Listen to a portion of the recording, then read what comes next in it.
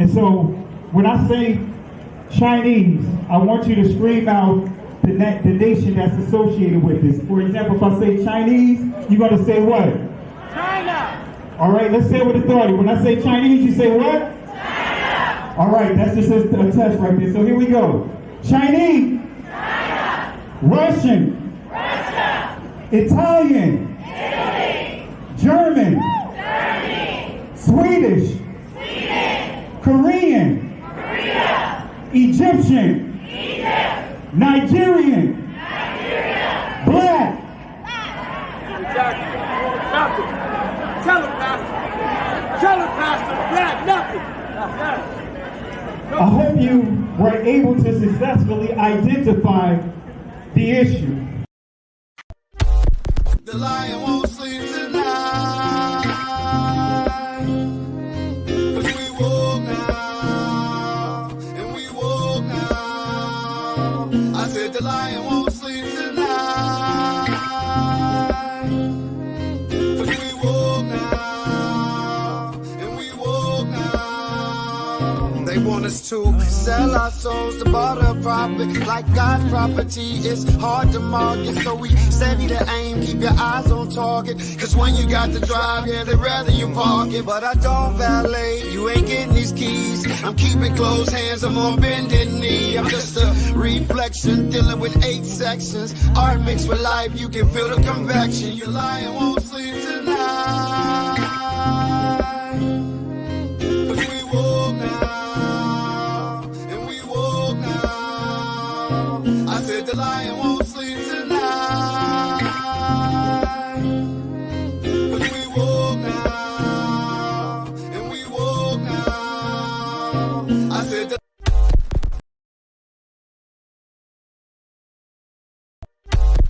The same people that have stripped us of our identity and labeled us as a color have told us what it means to be black. The white man is enacting a story all over the world. We left our homes and flooded the world. We smothered culture. We smothered knowledge. We erased history and rewrote it our way. Myself, my grandfather is 100% Ashkenazi Jewish. Claiming to be Jewish, Ashkenazi Jewish is just a conspiracy. White men claiming to be of tribes of Israel when I'm Germanic. You know, I have no ties to Israel, no ties to Judaism.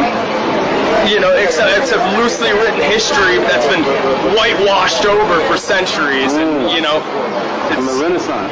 Oh yeah, right.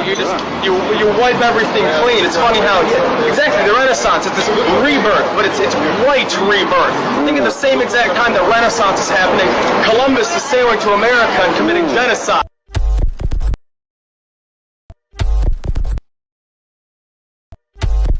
The same people that have stripped us of our identity and labeled us as a color have told us what it means to be black.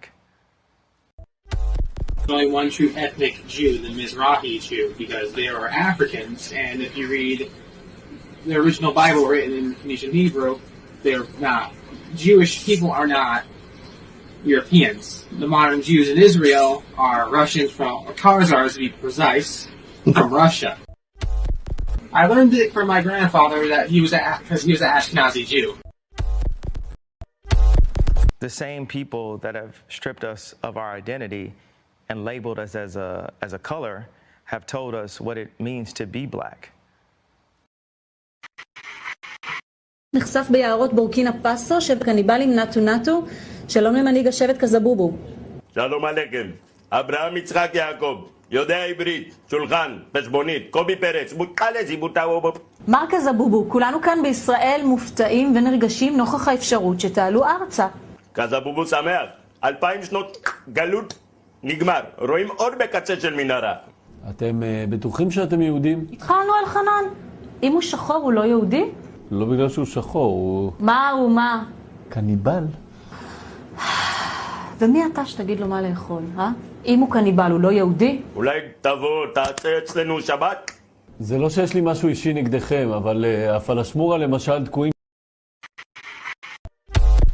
The same people that have stripped us of our identity and labeled us as a color have told us what it means to be black. להתחיל לאסוף את המסתננים, לא צריך לחכות לבג"ץ, לא צריך שום דבר.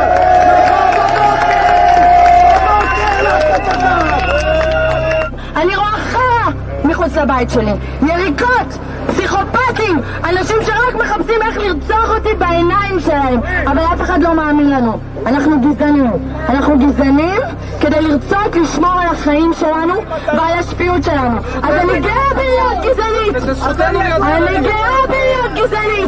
אם אני גזענית בשביל לשמור על החיים שלי, אז אני גאה.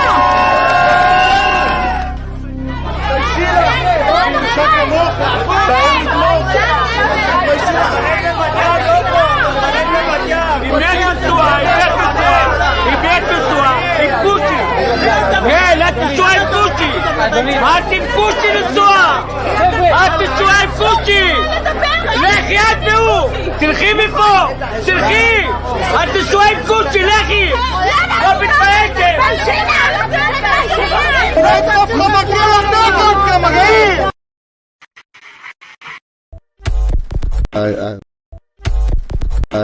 I'm so glad you're here because you can bring great clarity.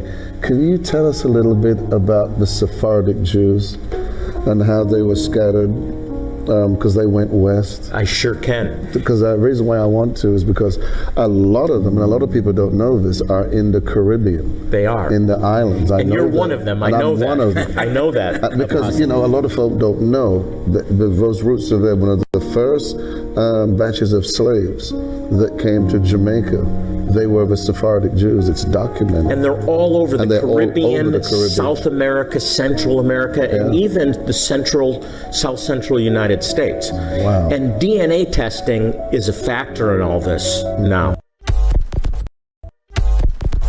Genesis chapter 11, verse 10 explains the genealogy of Shem. Shem was a black man in Africa. If you repeat this fact, they can't laugh at you. If you repeat this fact, they can't laugh at you. If you repeat this fact, they can't laugh at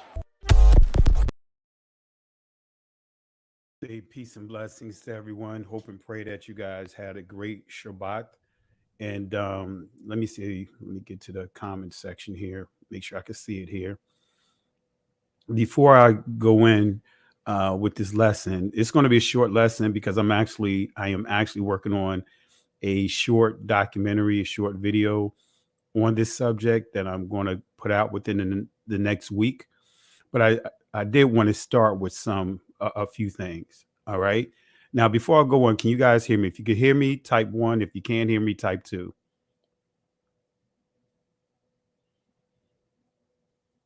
All right. If you guys can hear me, type 1. If you cannot hear me, type 2.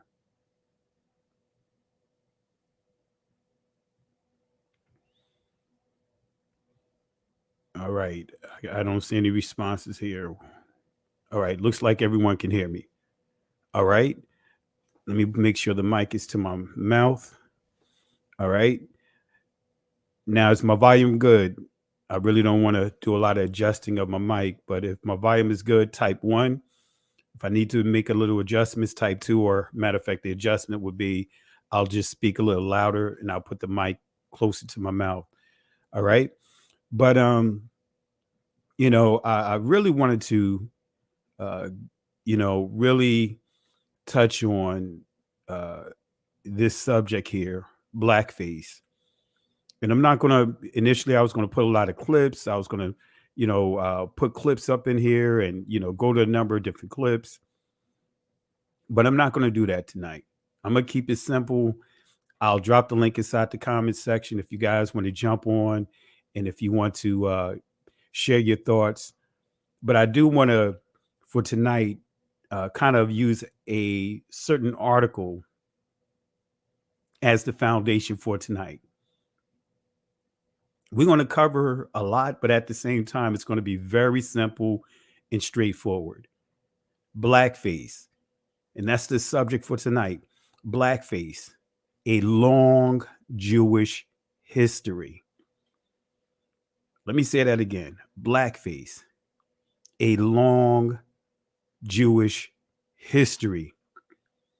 Let's say shout outs to Big Red. If this is the Big Red that I know, shout outs to Big Red. Shout outs to my sister Carol, that's in the building. Jay High Style, that's in the building. I want to say peace and blessings to you guys. Elder Brunson, want to say peace and blessings to you guys. Want to say peace and blessings to everyone. And we'll go do some shout outs as we progress in this lesson. Want to say shout outs to, who else do I see here? The Threat. I want to say peace and blessings to you. And I want to say thank you guys for really supporting the live last night. I know when I do certain lives more and more, I see that YouTube is not sending out notifications. They are unsubscribing people. I literally, see my numbers, anyway, I get emails saying, notifications that people have subscribed, but then it's not reflecting in the count, so to speak. So they're doing all kinds of things, family. So if need be, if you're not getting the notifications, you may have to unsubscribe, resubscribe, and then make sure under the notifications you click all notifications. But again, they're doing all kinds of things to suppress this channel, but through the grace of the Most High, we grew in spite of it all. So again, I want to say peace and blessings to the moderators, peace and blessings to all you guys. I hope and pray that you guys had a blessed Shabbat. I pray that you got the proper rest, but also what's just as important, that you use this time of celebration. Contrary to what many within the church, within Christianity, within Catholicism, the way they've been teaching people about the Shabbat, they only teach that it means the day of rest. And that's completely incorrect. Shabbat also means to celebrate. So it's not about just us trying to get a day of rest for ourselves, for our flesh. No, it's a corporate celebration among all of Israel, thanking the Most High. That's what it's about. It's all about thanking the Most High, Tawadah, the Most High, Yahweh. All right. So I hope and pray that you guys had an opportunity to celebrate. We're still working on ironing out some technical issues so that way we can start broadcasting our Shabbat. The video cameras are fine. Now we had purchased a new mic system, and the new system is, having more problems. Actually seem to be cheaper as far as quality than the mics that we had for almost 10 years. So have to send those mics back and see what's the best out there to make sure we get the quality that we need and that we're looking for, because I want a studio type quality, level quality with the microphones.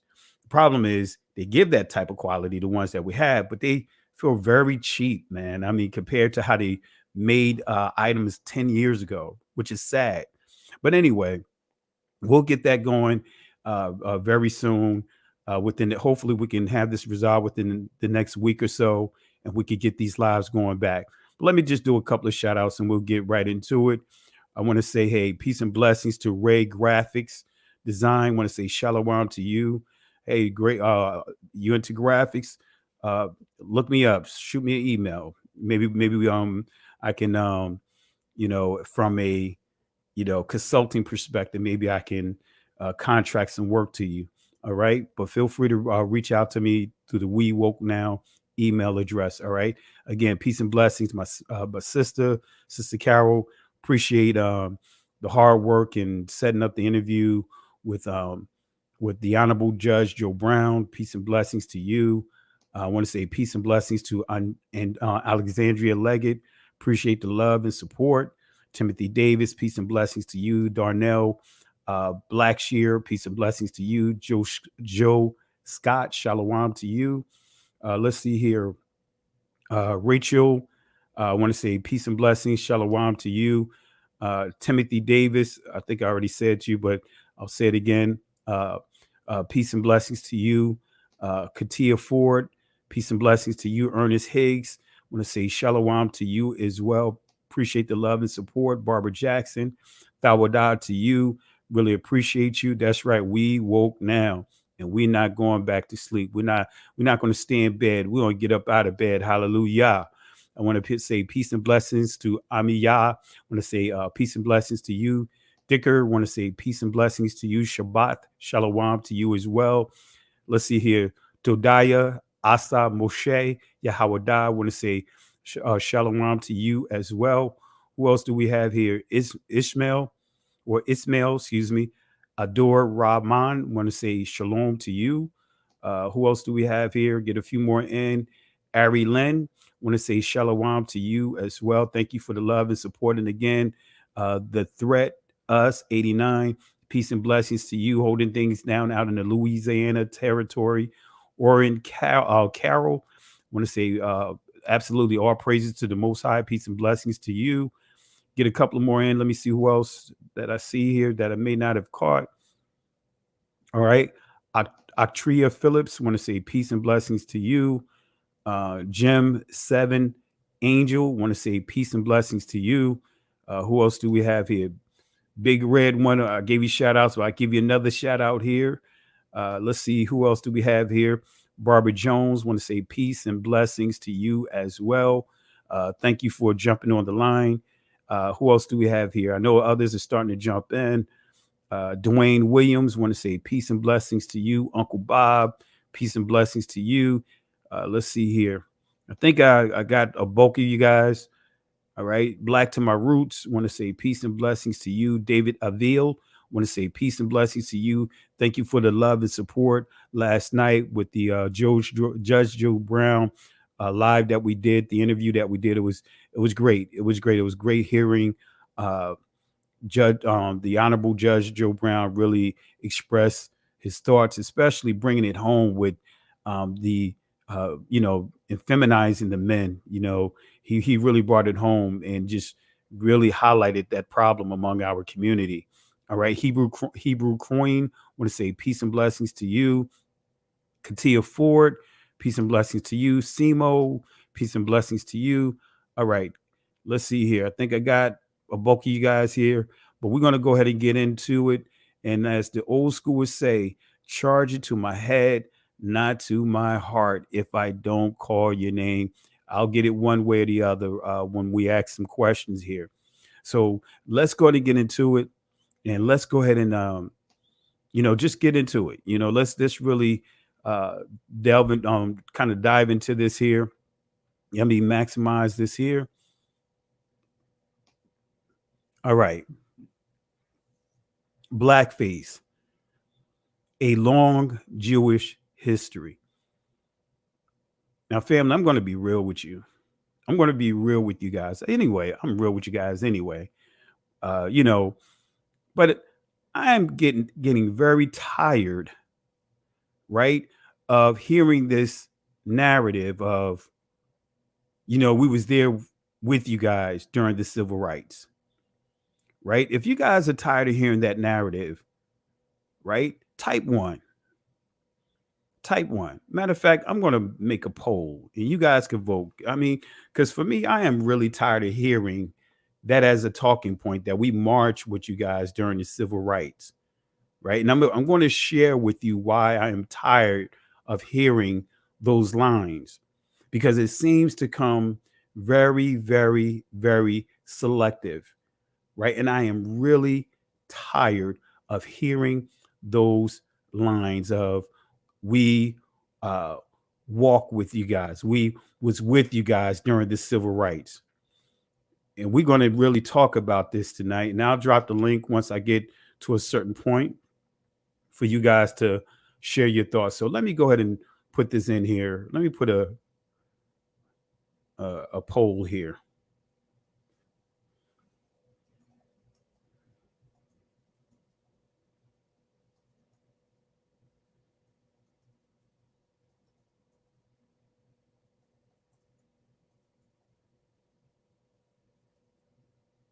Let's see here. Just put it in here right now. And tell me if you're tired of hearing this here. All right, here we go. All right. I went on to put a poll out. If you're tired of hearing that, vote. Because I'm really tired of hearing that. I'm just going to be real with you guys. I'm going to keep it real like I always do. I'm not here trying to, bite my tongue. I don't care about the algorithms. I don't care about the monetization. I don't care about none of that. What I care about is uplifting our people. Are you guys tired of hearing that? We marched with you guys. We was there for the civil rights struggle, or we share your plight. I am just literally sick and tired of hearing that, especially when you understand history. Especially when you understand history, especially all the players that have subjected our people to this war, kidnapped, raped, murdered our people. All right. So we're going to set it up here, and I'm going to open it up here shortly, but let's go to get into it. Blackface, a long Jewish history. What is blackface? What is blackface? And I'm just going to give you a definition of it, based upon the Merriam-Webster dictionary. But let's see. This is not Oxford. This is actually Merriam-Webster dictionary. This is a typo here. I'll correct it. Not right now, though. But let's see what they say about blackface. Right? It says here, dark makeup worn to mimic the appearance of a black person, and especially to mock or ridicule black people.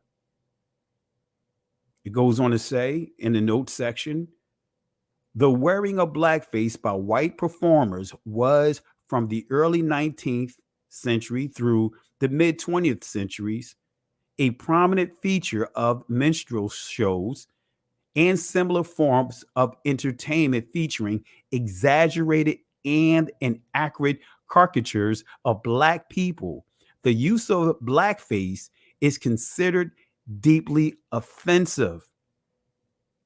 Then entry number 2, it says plural, blackfaces, a performer wearing blackface. And then you see the minstrels. Family, it's sad that no matter how much history you put out here, many of our people are still going to finance the delusion.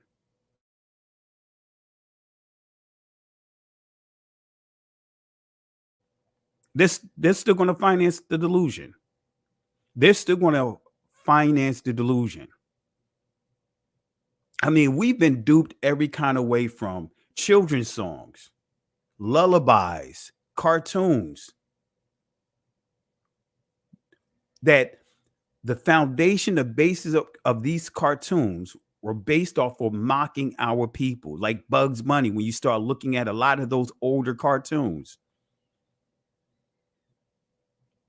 all about mocking our people. Come on, family. We got to be real about this, but let's keep it going. Did the Jewish community participate in blackface? Now, I know I done gave you the answer to the question, but I'll ask it anyway. Did the Jewish community participate in blackface? Right? And I see you guys doing great with the polls. Let's take a look at this polls. Right? 73 of you guys have voted. All right. If those that are just joining in, if you want to go ahead and vote, because I'm getting ready to close this out here. And I'm going to ask another question here.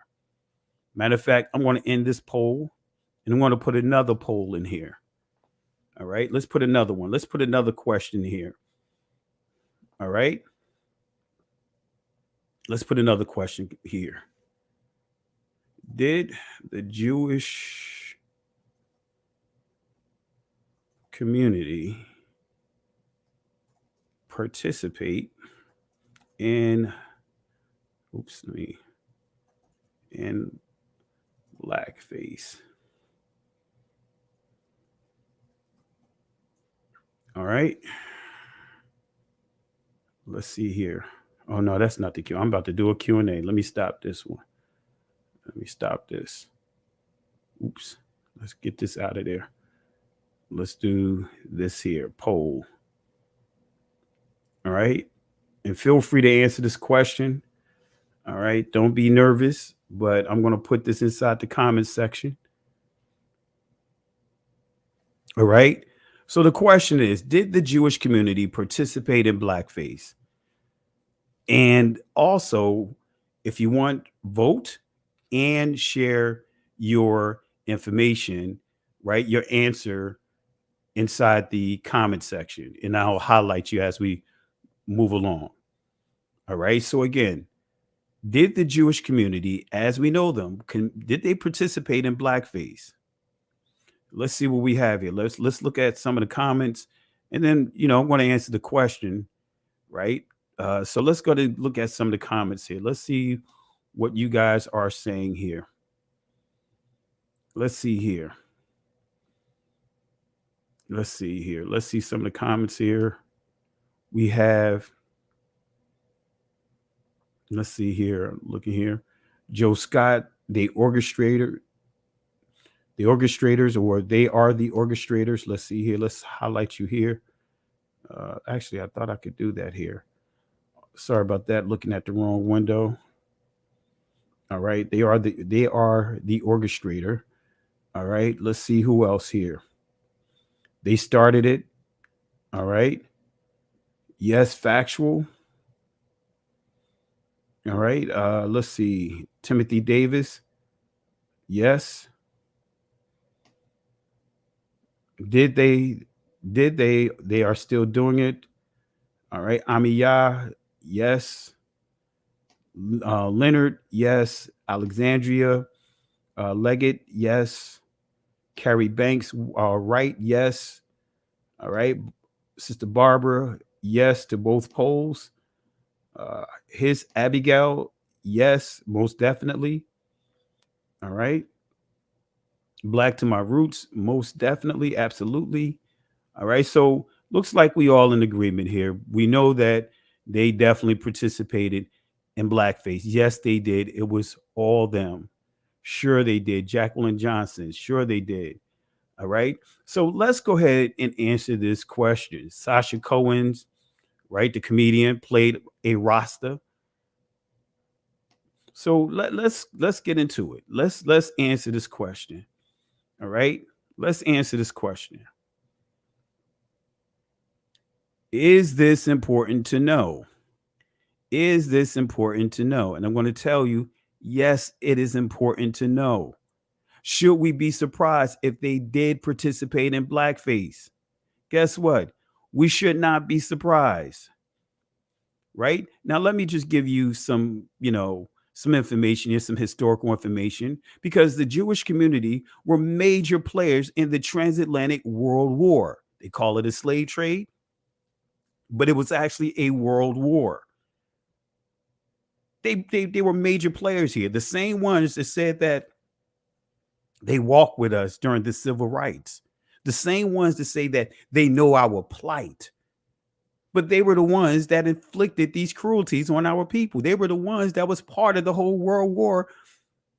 All right, let's give a source here for those that may be new to the channel.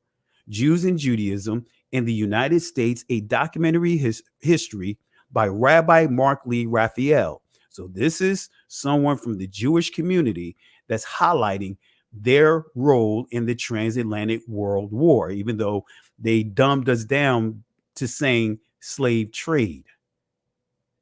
It's a world war. And I encourage you guys, look up the definition of a world war. And I also presented documents proving that they declared war on our people. It was a world war. So again, we are sons and daughters of prisoners of war. So this is Jews and Judaism in the United States, right? Notice what this says. Jews also took an active part in the Dutch colonial slave trade. Indeed, by laws of the Recife, Mauritia congregations included an imposta, in other words, a Jewish tax of 5 soldos for each Negro slave a Brazilian Jew purchased from the West Indies Company. Slave auctions were postponed if they fell on a Jewish holiday. In Corregio, I believe that's how you pronounce it. Excuse me, Spanish is not my forte. But in the 17th century, as well as in the British colonies of Barbados and Jamaica, and I'm going to do something on Jamaica because there's an Asian lady that completely disrespected our brothers and sisters, right? And unfortunately, some of our brothers and sisters are allowing her or agreeing with her craziness, trying to tell our people that anyway. I'm not even going to get into it. I'm not going to let the cat out the bag. I'm even I'm going to do a video on it very soon. But anyway, Barbados and Jamaica in the 18th century, Jewish merchants played a major role in the slave trade. Notice what it says: Jewish merchants played a major role. See, many of them would try to reduce their role. No, they played a major role in this world war on our people. In fact, in all the American colonies, whether French, British, or Dutch, Jewish merchants frequently dominated. Wait a minute. Let's say that again, family, because many of our brothers and sisters won't get this. Jewish merchants frequently dominated. Frequently dominated. This was no less true on the North American mainland, where during the 18th century, Jews participated in the triangular trade that brought slaves from Africa to West Indies and there exchanged them for molasses, which in turn was taken to New England and converted into rum for sale in Africa. Isaac da Costa of Charleston, that's Charleston, South Carolina, right? In the 1750s, that's the Jewish guy. David Franks of Philadelphia in the 1760s, Jewish guy. Aaron Lopez of Newport News, Virginia in the late 1760s, Jewish guy. And early 1770s, dominated Jewish slave trading on the American continent. In these European outposts, the Jews, with their years of mercantile experience and network of friends and family providing market reports of great use, played a significant role in the merchant capitalism, commercial revolution, and territorial expansion that developed the New World and established the colonial economies. The Jewish Caribbean nexus provided Jews with the opportunity to claim a disproportionate influence in the 17th, 18th century New World commerce. You guys better stop looking for this New World Order. It's been here. The New World Order has been here, running full steam ahead, and enabled West Indian Jewry, far outnumbering its co-religionists. Let me say that again. Enabled West Indian Jewry, far outnumbering its core religionists, further north to enjoy a centrality which North American Jews would not achieve for a long time to come. Groups of Jews began to arrive in Suriname in the middle of the 17th century. After the Portuguese regained control of North Brazil by 1694, 27 years after the British had surrendered Suriname to the Dutch, there were about 100 Jewish families and 50 single Jews there, or about 570 persons. They possessed more than 40 estates and 9,000 slaves, contributed 25,905 pounds of sugar as a gift for the building of a hospital, and carried on an active trade with Newport and other colonial ports. By 1730, Jews owned 115 plantations and were a large part of a sugar export business, which sent out 21,680 pounds of sugar to European and New World markets in 1730 alone. And you know, when you study history, the sugar plantations, those were the worst of all plantations for our ancestors to be on. That was the most brutal, even though all the plantations are brutal, but this was the plantations. These were the plantations that our ancestors were begging not to go to. Slave trading was a major feature of Jewish economic life. Let me say that again. Slave trading was a major feature of Jewish economic life. So building up generational wealth off the enslavement of our people, the war on our people, serving on which as a major stopping off point in the triangular trade. So how do we share the same? How do we share the same struggles, family? Show me in history, right, that our people enslaved the Jewish community as we know them. Show us how we participated in any of those trades. But we have history here that the same ones that tell us that they marched with us during the civil rights, but won't highlight that they were part of, and actually they played a major role at us being in the position that we're in from the beginning. Come on, family, can we be real about this? You see what I'm highlighting here? It goes on to say here, this commerce records of a slave sale of 1707 revealed that the 10 largest Jewish purchasers spent more than 25% of the total funds exchanged. So we should not be surprised, family. They were major players. Actually, they dominated the transatlantic world war. So would you be surprised if I told you that there were Jewish members of the Ku Klux Klan? Let me ask that question. Let me actually do a survey on this. Appreciate you guys for participating in the previous survey. Let's see how the participation went. All right, we're getting better. Let's maximize this participation here, family. Let's do another poll. Let's put this poll inside the chat here. Would you be surprised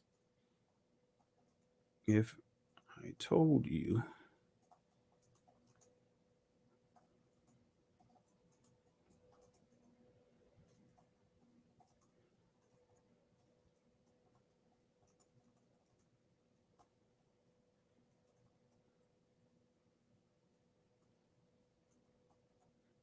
All right.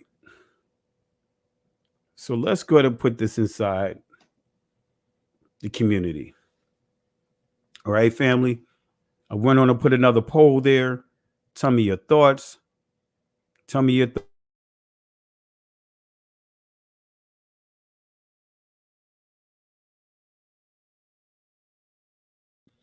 So again, would you be surprised if I told you that there were Jewish members of the Ku Klux Klan? Would you be surprised? Let's see how the poll is doing thus far. All right, come on, family. We got over 250 people in the chat right now. Let's maximize this participation. All right, right now we at 62 votes. All right. So would you be surprised, family? And guess what? We should not be surprised, family. We should not be surprised. But would you be surprised if I told you that there were Jewish members of the Ku Klux Klan? Well, this is coming from New York Times, and I got other proof and other facts about some from that community within the KKK. But I'm going to just highlight this one right here. New York Times state Klan leader. Notice what it says. New York Times state Klan leader hides secret of Jewish origin. Let me say that again. New York Times. But here's the kicker. State Klan's leader. Let me say that again so that that can resonate. State Klan leader hides secret of Jewish origin. Klan leader here hiding the secret of his Jewish origin, preaches anti-Semitism. October 31st, 1965. Right? Now, I like to do this, and I'm going to do this here. I'm going to put the link here. I'm going to share this source with you. Now, of course, I believe this link you have to join the New York Times, because I'm part of the New York Times archive. You know, I subscribe to those sources because of the information. I am always researching. So I'm going to take this link and I'm going to post it in your chat for you guys. All right. Let's put it in the chat here. All right. Let's put it in the chat here. All right, here we go. You see it here. This is an actual article. As you see here, Sunday, October 31st, right? This is page 85, right? But I didn't screen print. I do have the screen print, but I just didn't include it in this presentation on the first page, the headline page, right? But this is a Jewish guy right here. This is a Jewish guy right here, right? This is a Jewish guy right here. And these is just some highlights from the article. It says a 21-year-old Queens man, Daniel Burrows, was identified on October 20th as the Grand Dragon of the Ku Klux Klan, in charge of New York State at hearings of the House Committee on Un-American Activities. Actually, Mr. Burrows carries a Klan card identifying him as King Kleagle, or Chief Organizer for the United Klans of America. Chief Organizer. Notice you see here, identifying him as King Kleagle, or Chief Organizer. So this tells you that he was in a prominent position within the KKK. For the United Klans of America here, he said he was appointed to that post about 7 weeks ago. He brings to the position a varied background in extreme right-wing activities. Burrows, known as a floater, when it says right-wing activities, you know, when you start getting into the politics, you have the Democrats and the Republicans. And guess what? Same bird, two different wings, right? We know that the Democrats, guess what? It was all about slavery with the Democrats. We already know that, right? Then the Republican Party, guess what? Initially, they started from what is called the Whig Party and all of that. Conscience got to them, and they wanted to do away with slavery. But guess what? They didn't look at us as being equals. You know, they didn't look at us, wanting to allow us to have certain rights in this country. Right. So they still, these blackface and all this other stuff was happening in the North. Right. Republicans was participating in this blackface. Right. But anyway, he brings to the position a varied background in extreme right-wing activities. Burrows, known as a floater among such groups, recently changed his dress from a brown shirt to a white sheet. Let me say that again. Recently changed his dress from a brown shirt to a white sheet.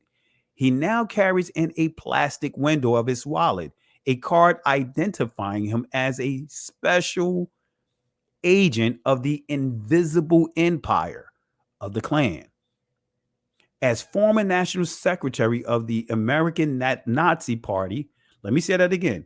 So here we have this guy who's from the Jewish community, says he was a former national secretary of the American Nazi Party.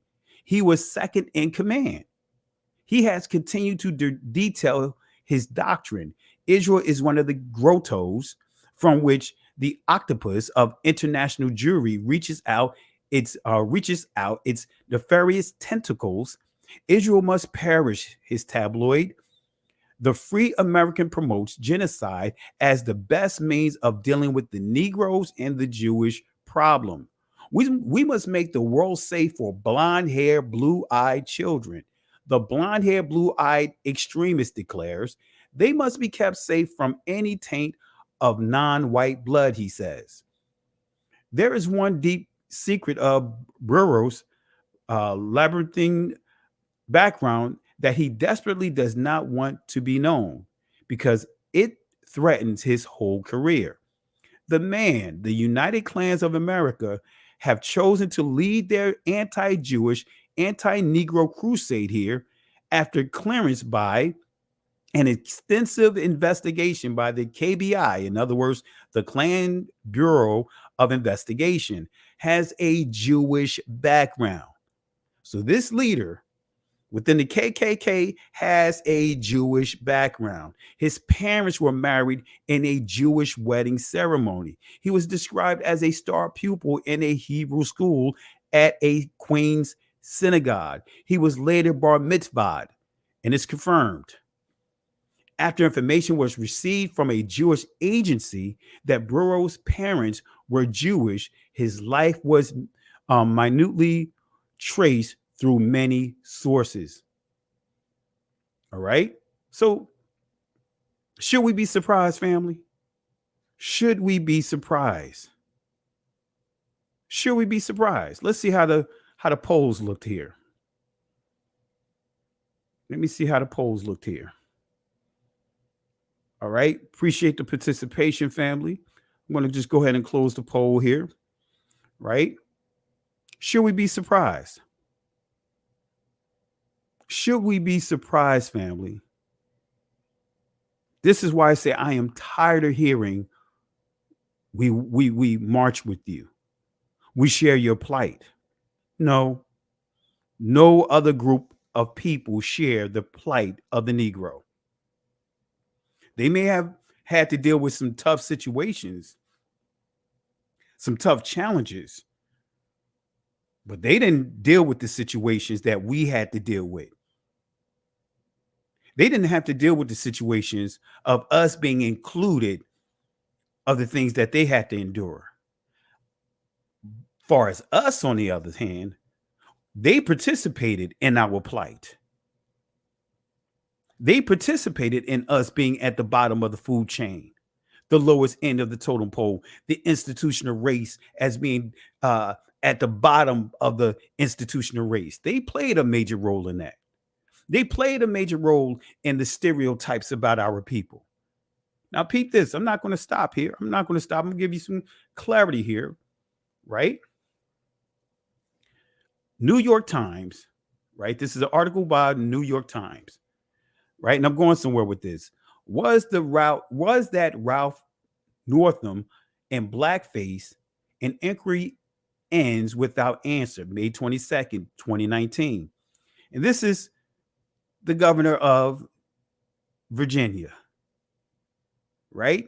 And I'll just read this, a couple of bullets from here. It says here, on a Friday evening in February, Governor Ralph Northam of Virginia confessed that he was one of two men in a racist photograph that had been published in a medical school yearbook about 35 years earlier. In a subsequent video, he apologized and promised to do better. But guess what? He tried to recant and pull back his apologies. Right? The cover up. Come on, Democrats.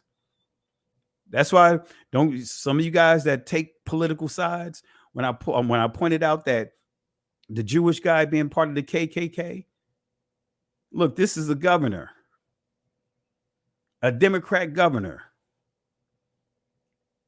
right?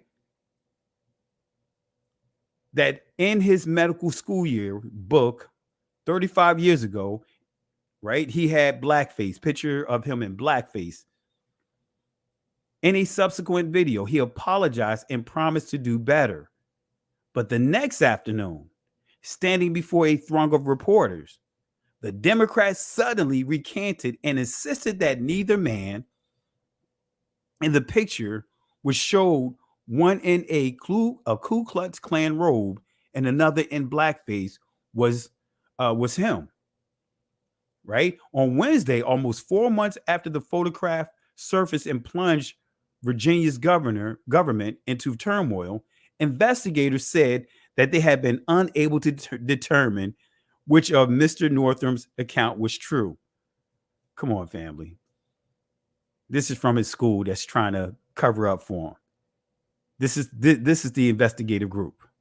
No one we interviewed told us the governor was in the photograph, and no one can positively state who was in the photograph. Right? And this is, right? Make sure I'm there. Yeah, I got all of that. This is from his yearbook. This is from his yearbook. Come on, family.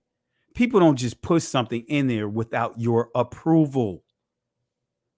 Right? You know, they don't just put something in the yearbook, right? They always show you the photos that they have of you that's going to go inside the yearbook. But notice what you see here. Right? He apologized for this.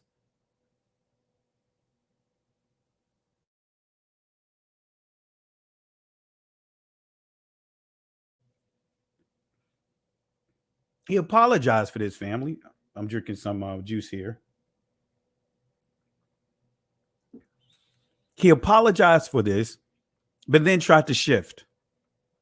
Family. This is in the yearbook, the medical yearbook. This is him inside that yearbook. He tried to shift. And underneath, alma mater, Virginia Military Institute, Pediatrics, quote, "There are more old drunks than old doctors in this world, so I think I'll have another beer."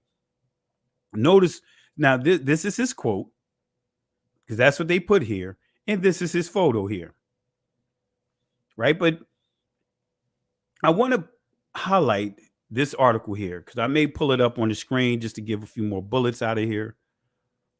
Right? This is the Jewish Telegraphic Agency, Jews and Blackface, A Complicated History, February 6, 2019.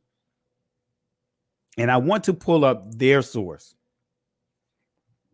because when you do teachings like this, many are try to put all kinds of labels. Like Judge Joe Brown made it clear last night, right? There is no law defining anti-Semitism, right? Even though I highlighted the definition of it, but I thought that was the legal. You know, I thought that was, even though it's on a government website, but Honorable Judge Joe Brown said there is no law,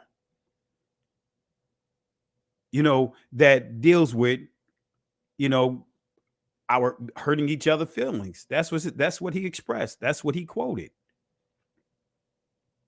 Right? There's the court of public opinion, and that's what puts the pressure on many, the court of public opinion. But again, let's see what this article has to say about blackface. It says, when it comes to the Jewish experience with blackface, the picture is not so black and white. It goes on to say, for Jews, the controversy surrounding Virginia Governor Ralph Northam suggests a complicated history that runs from Al Jolson to Eddie Cantor. You know, they sang some of the racist songs that many of our brothers and sisters were singing back then, and they still play it at some of these Southern fairs and baseball games. Right? But anyway, it says here, suggests a complicated history that runs from Al Jolson, to Eddie Cantor, to former Brooklyn Assemblyman Dov Hikind. Northam's political career is foundering because, I think it should have been floundering, but anyway, because his 1984 medical school year page featured a photograph of two white people, one in blackface, the other in a KKK costume. He denies being in the photo or even knowing it was on his page, but admits he darkened his skin to look like Michael Jackson. Come on, family. For a 1984 talent show. Come on, family. Northam is walking in the footsteps of Al Jolson, born Asa Jolson in Lithuania, to Jewish parents who immigrated to the United States. The actor, singer, known at the height of his popularity as the world's greatest entertainer, often performed blackface. So Al Jolson was world renowned. He was considered and labeled as the world's greatest entertainer. Guess what? This Jewish guy performed quite often in blackface. In blackface. In blackface, family. Right? So the world's greatest entertainer often performed, as I pointed out, in blackface. And this is one of his famous movies right here. Al Jolson, Mammy. Now, I was going to put a clip in here. Didn't get a chance to put the clips, but I'll save it for my mini documentary I'm going to put together. Right? Al Jolson at Mammy, wearing blackface. And actually, that's Al Jolson, or Jolson, excuse me, that's in the background of this presentation. This is Al Jolson right here, performing Mammy. You can look it up. This is him in blackface. This is a Jewish guy in blackface. Going back to this article, Jolson's career flourished as a result of his portrayal of African Americans, most notably in the 1927 film, The Jazz Singer. The first full-length talkie, in other words, talking film, audio, right?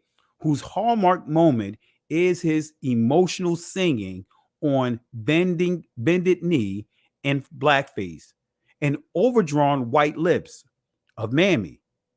At the time, Jolson was arguably better known in the country than any genuinely black performer. The current debate over the propriety of non-blacks impersonating blacks, especially through wearing makeup on their faces, whether accompanied by stereotyped black language and mannerism or not, is focusing attention on the history of blackface. The debate exists at the intersection of cultural affinity and cultural appropriation, and the practice changing perceptions in part of both black and white society. Blackface has a long Jewish history. Let me make this clear. This is coming from a Jewish publication, the Telegraphic Agency, making it clear that blackface has a long Jewish history. Let me say it one more time. Blackface has a long Jewish history. What? J High Style. Blackface, again, has a long Jewish history.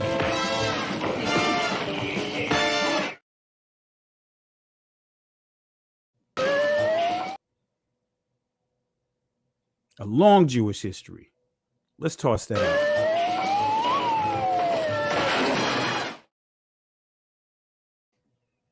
I didn't make this up.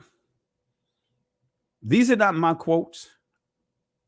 I'm quoting from a old Jewish publication. Jewish Telegraphic Agency says that blackface has a long Jewish history.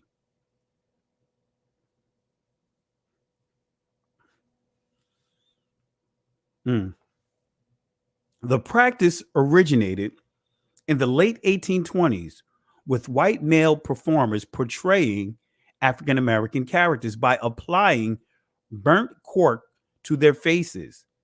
These minstrel acts grew in popularity through the 1840s, frequently exposing white audiences in the North to a depiction of Southern Black life.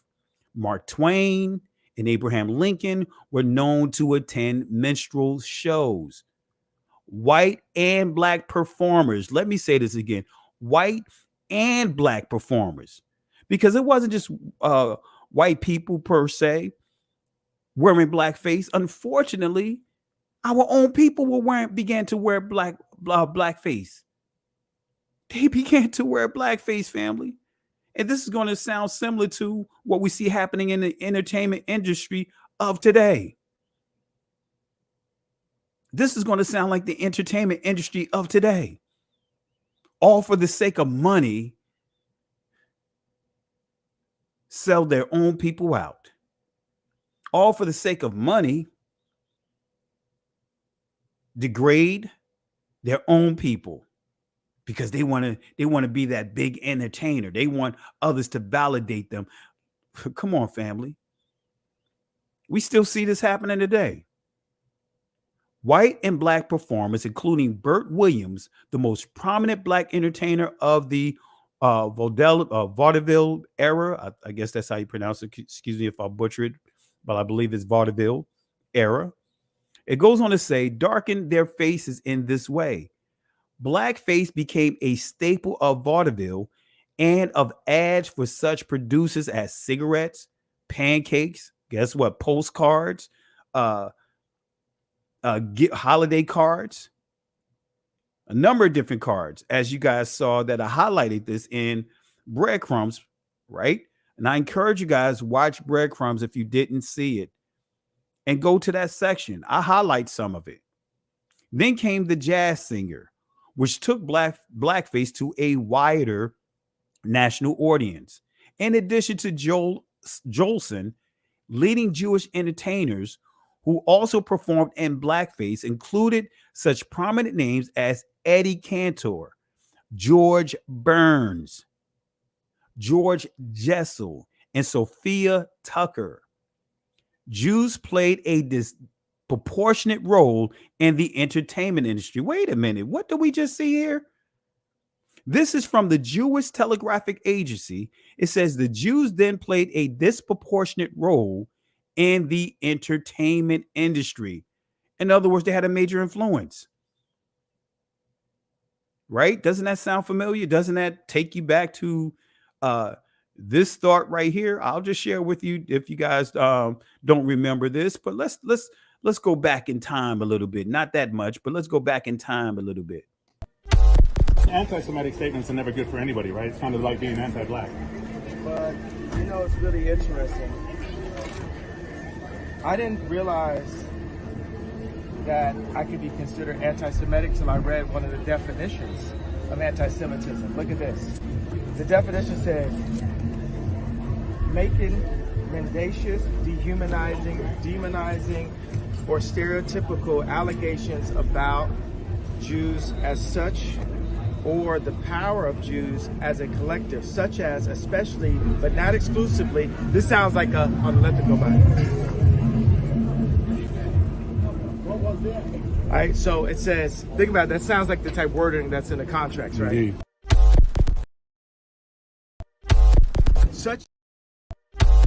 Such as, especially, but not exclusively, the myth about a world Jewish conspiracy or of Jews controlling the media, economy, government, or other societal institutions. But isn't that what you said? That Jews run everything? Yeah, but that actually is considered to be anti-Semitic. Right. So I didn't realize that it was anti-Semitic to say, hey, you know, I have a Jewish attorney, I have a Jewish record label, I have a Jewish contractor, I have a Do you regret your statements? Or the statements you think you should be walking back? I mean, considering... What do you mean walking back? Well, you know, backing up off of them. I mean, the thing is, you've lost a lot of endorsements. People are dropping you. You're getting, you know, vilified. You know, I mean, you might think you're right, but I think, you know, there's a whole world out there that's condemning you for what you said. Okay, so this right here is a chart of Universal Studios, 20th Century Fox, ABC News, CBS News, Columbia Pictures, Warner Brothers, ESPN Sports, Fox News, Washington Post, Metro Goldwyn Mayer, MTV Music Television, Nickelodeon, USA Today, Wall Street Journal, Comedy Central, NBC Entertainment, Google, what else do we have? Disney, ABC Kids and Family, YouTube, Los Angeles Times, Discovery Network, Paramount Pictures, Facebook, Huffington Post, Yahoo, Marvel, Hulu, Cosmopolitan, Time, Touchstone, Associated Press, Pixar, Miramax, HBO, New York Post, LucasArts, MSNBC, DreamWorks Animation. Now, the thing is, I skipped over maybe about 5 of them because it was just unclear on this list. The red are the executives that are Jewish at these companies. Do you think they stuck together when they heard what you said? Was that what happened? Doesn't that sound familiar? We are, I read directly from a rabbi's book stating how the Jews dominated the transatlantic world war, right? Merchants and all, owning our people, selling our people, having taxes, slave taxes. But then we see here with the very form of entertainment that was put in place to purposely disrespect our people, right? The very people, right? To disrespect our people, to put together a form of entertainment to create these stereotypes, right? The lips, right? The ears, the big nose, the tiny eyes, the beady eyes, right? The slow talking and not able to articulate that you see in many of the cartoons like Cat in the Hat, Bugs Bunny.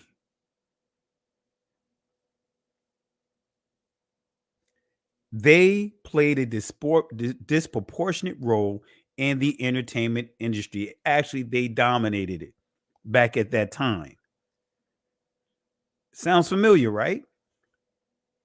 Jews performed this kind of minstrelsy in the 1910s and the 1920s better and more than any other group in America. Come on, family. Come on, family.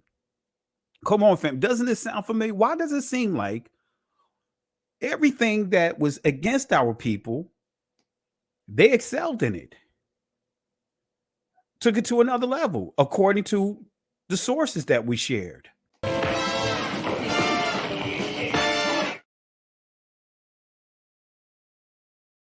Again, this is the Jewish Telegraph Agency, says that Jews performed this kind of minstrelsy in the 1910s and the 1920s, right? And I want to make this clear. This is a Jewish publication. This is a Jewish publication. It says that they performed these minstrels better and more than any other group in America.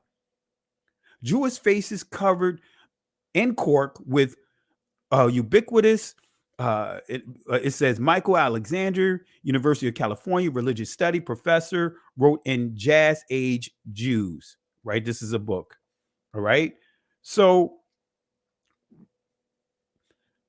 as a member, right, this is where I really, this is one of the highlights from the article. This sent me through the roof reading this from within the article. As a member of a fellow minority group, Jolson often aligned himself with Black American struggles for acceptance. Let me say that again. This is a quote from the article. Right? I posted into the comment section for you guys to review. But as a member, and Sister Carol, just block them. If they trying to go way out in left field, many of these guys got troll accounts and they just want to just come in and just take the conversation where it shouldn't go. Just kick them out. Don't even play with them. Don't even play with them. Don't even play with them. I'm not, and let me make this clear. I'm not sure Azariah Ben Yehuda. I'm calm, but I can be passionate about what I say. And I'm not sure if that's referred to me, but I'm going to be passionate with what I say. I'm dealing with history about our people. No, I'm not. Matter of fact, I'm not going to be calm. I'm not going to be calm. I'm not going to calm down. None of you should be calmed down. This should provoke you into what? Good work. To teach your children the truth about this. No, forget that. They ain't calming down. That's the problem. We're too calm. We're too calm. We're too laid back. Forget all of this, man. It's enough of us being calm. We need to get motivated. We need a jolt. We need a jump start. Forget all that calm down stuff. Yeah, I said it, family. Yes, I am a pastor, family. Come on now. Christ, Hamashiach, was he calm when he beat the money changers? Coming in and hustling and scamming his people? Was Nehemiah calm in Nehemiah chapter 13 when he told those people that was coming from that wasn't even part of our community, coming in, selling and disrespecting our Shabbat, trying to buy and sell and trade on the Shabbat within our walls? Was he calm when he told them, I told you this before, and if I see you again, I'm going to put my hands on you. If you disrespect me again, come on, family. Forget all of that. Forget all that calm down stuff. If you don't like it, take it somewhere else.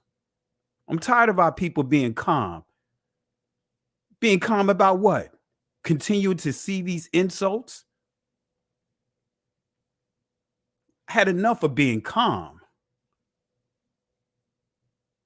The scripture says, be angry, but sin not. So that tells me when Christ beat those money changers, he was not in sin. See, family, we have to be compassionate. We need to be stirred up.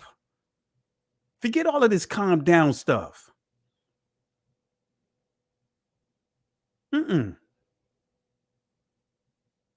Stop with this. Stop with this nonsense.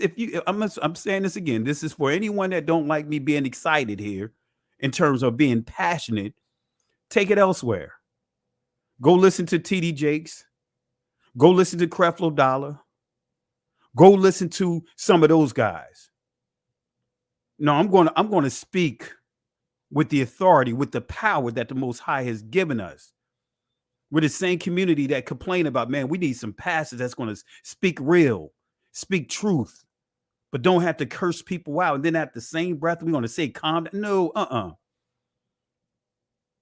No, I'm going to speak with passion because this is about our people. This is about our children.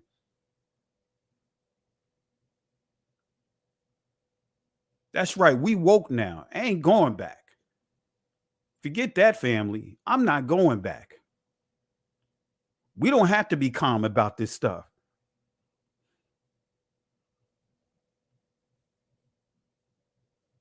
No, y'all can take that elsewhere. Now, this is not trying to be disrespectful to anyone, but don't come on here and try to tell me to calm down. Don't try to tell me to calm down. Come on now. Don't tell me to calm down. We've been calm too long. We've been docile too long. We've been exploited too long. But notice what it says here, family. As a member of a fellow minority group, Jolson often aligned himself with Black American struggles for acceptance. This is coming from their own doctrine, that this entertainer connected himself with our struggles so that way he could be accepted among our people. Just so that way he could be accepted from our people. I'm tired of hearing people say they understand our struggles. They can relate to our struggles. No, you can't relate to my struggle. I'm sorry, family. I grew up in a household with 4 kids in a 2-bedroom project apartment. We didn't have no china. Guess what? We ate out of pie pans. We drank out of old mayonnaise jars. You don't understand my struggle. You never had to deal with going to bed at night, eating sleep. Many nights we went to bed eating sleep. And other nights, all we ate was rice and drank water. Come on, family. It was times we had to imagine and pretend that we're eating chicken. Come on, family. You know, chicken is supposed to be the thing in our community, but we were so poor at times we had to visualize. We had to envision, pretend that we were eating chicken, eating pizza and all those stuff. Don't tell me you understand my plight. You don't understand my plight. You didn't have to go to school and your teacher tell you to your face, you and other students, that 2 out of every 3 of you, every 5 of you guys will not live to see 18. You don't understand my plight. Don't tell me you understand my struggle. Whereas though you establish generational wealth off of our people. This person became a world-renowned entertainer off of us, mocking our people. Don't tell me this. Don't tell me to calm down. It says here, and you can look it up in the article. It says, as a member of a fellow minority group, Jolson often aligned himself with Black Americans' struggle for acceptance. Come on, family. Did not have to deal with what we had to deal with. But he aligned himself with our struggles so that way he could be accepted among our community. And what do we do? What do we do? What do we do? What do we do? Jolson was widely known in the Black community for supporting the careers of Black entertainers. Come on, family. Oh my gosh. You guys are not upset about this? This guy that you see in the background, Blackface, mocking our people, connected himself to our struggles to be accepted from our community. And he was known for supporting the careers of Black entertainers who are also doing blackface. Oh my gosh. Come on, family. Come on, family. Come on, family. Our people supporting the delusion. Our people is supporting when Deuteronomy 28 makes it clear that we'll become a proverb, we'll become an astonishment, we'll become a byword to all the nations. And Blackface, look at that. He said he's smitten us with what? Was it what he said in the scriptures? I know I can't remember I think it's dropsy or whatever. I can't remember the actual term, but going to make us delusional, right? To where as though we're supporting the delusion. We're going to support the foolishness, right? There it is. Actually is verse 29. And thou shalt group at the noonday as the blind gropeth in the darkness, and thou shalt not prosper in thy ways. That means that we're going to be messed up. We're going to be messed up in our thinking.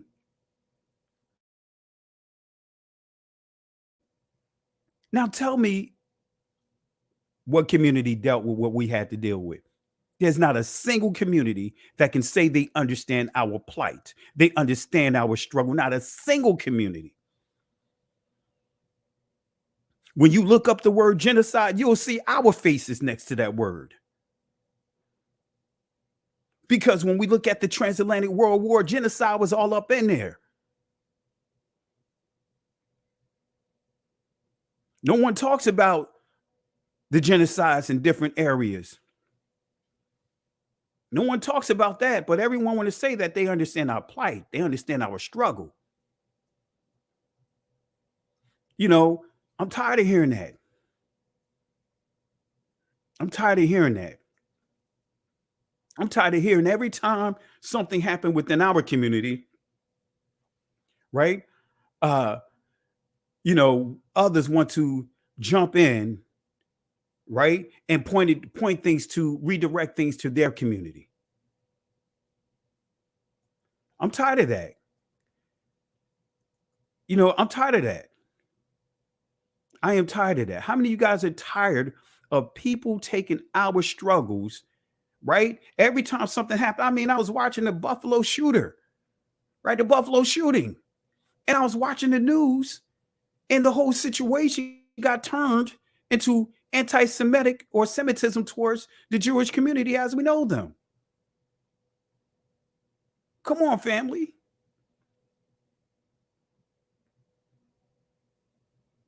Come on, family. If we want to talk about our Holocaust, they were part of it. They established generational wealth off of our Holocaust, in which hundreds of millions of our ancestors were kidnapped. It was so scarce in the land of Africa that you have, literally villages completely wiped out. Come on, family. No one had to go through what we had to go through. You had children, communities raided, but they had to be taught by their parents that should our community be raided and you able to get away, go to another village, make your way to another village, and they will help you. But the key, many of them, the children died by way of lions, hyenas, wild animals. Come on, family. This person, and is documented by the Jewish agency, or not agency, or what we just say here, what was the, don't want to get them wrong, it wasn't the Jewish agency, right?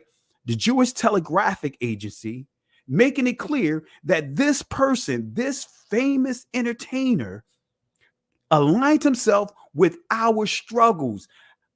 Doesn't that sound like the civil rights? Every time we go through something, there's always somebody want to attach themselves to our struggles. You got the pronoun community. They want to attach themselves with whose struggles?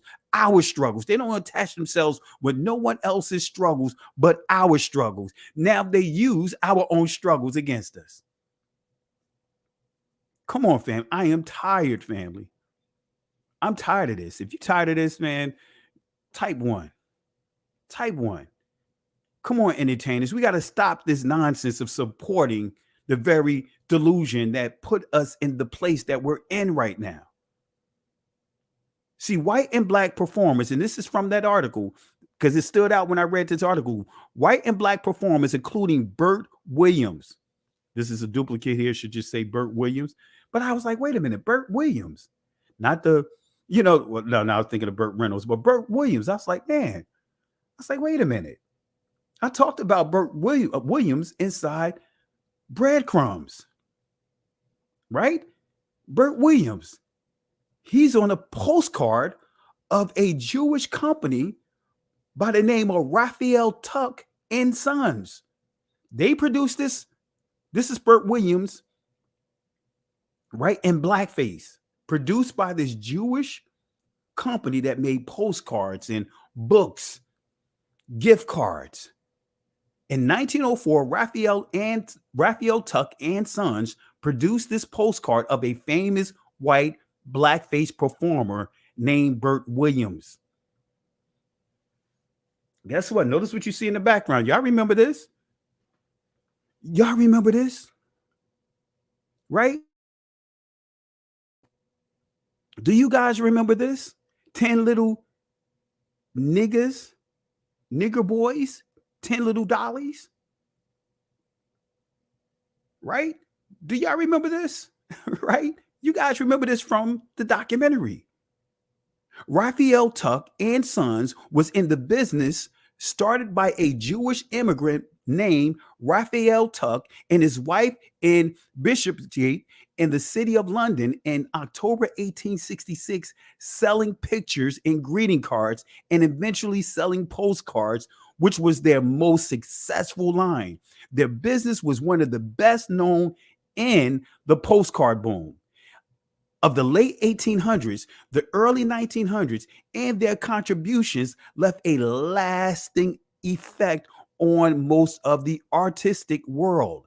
Not only did Raphael Tuck and Sons create pictures, greeting cards, and postcards, they also created children's books series titled Father Tuck's Nursery Series, right? Father Tuck Nursery Series. The series included the book titled 10 Little Nigger Boys, 10 Little Dollies, right? That's what you see in the background here. But here's a couple of pages from this book here by Raphael and Tuck. 10 Little Nigger Boys, 10 Little Nigger Boys going out to dine. One choked his little self and then there was 9. Not no 10 little Indians. This is about our community. Let me zoom it in so the people in the back can see this. Come on, family. Come on, family. Had us singing these songs. 10 Little Indians. Y'all know what I'm talking about. You guys got taught that song, 10 Little Indians or 10 Little Piggies. But this song was used to teach their children how to count. Come on, family. Look it up or watch part 1 of The Road to Savannah.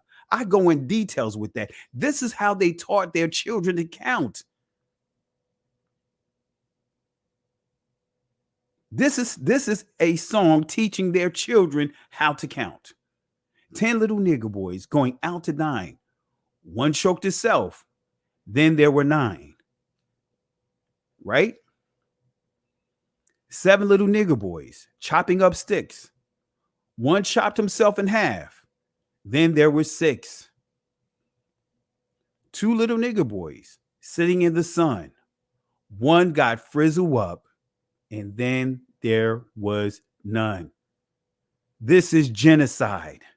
Is there a coincidence why that they used the number 10? Because remember, number 10 from the ancient Hebraic perspective, if you understand the letters, the number 10 is the yad. The yad, it means redemption. It represents the outstretched arms. So 10, they used the 10 negas. Y'all know what I'm talking about, and no, this is not a slanderous word if you understand the origins of it. And for those that are not familiar with it, let me just pull this out. It's been a while since I pulled this out, and I'm going to drop the link here. But let me pull this out from a spelling bee. All right, let me play it for you. Negus. Andrew, did you say the word loudly for the judges? Nigga. Negus. One more time. Nigger. Negus. Negus. Nigga. Negus. Y'all see that? Niggas, negas. Right? As you saw at the bottom of that caption, it said that it is a title. Right? That was the title of Haile Selassie, Ethiopian king, out of the lineage of King Solomon. Y'all saw it. Y'all heard it. Let me play it one more time. Negus. Negus. Right? Y'all heard it. Y'all heard it with your own ears. Could you use it in a sentence? Real nigga roll call. Niggas bleed. Jigga my nigga. Niggas for life. Real niggas don't die. Shame on a nigga. Suck a nigga. Ain't no nigga. Ain't no nigga. Ain't no nigga.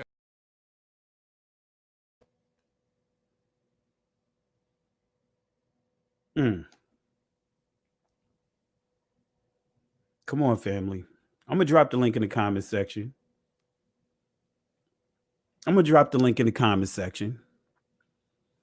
And all of you guys should be upset at what I just shared here.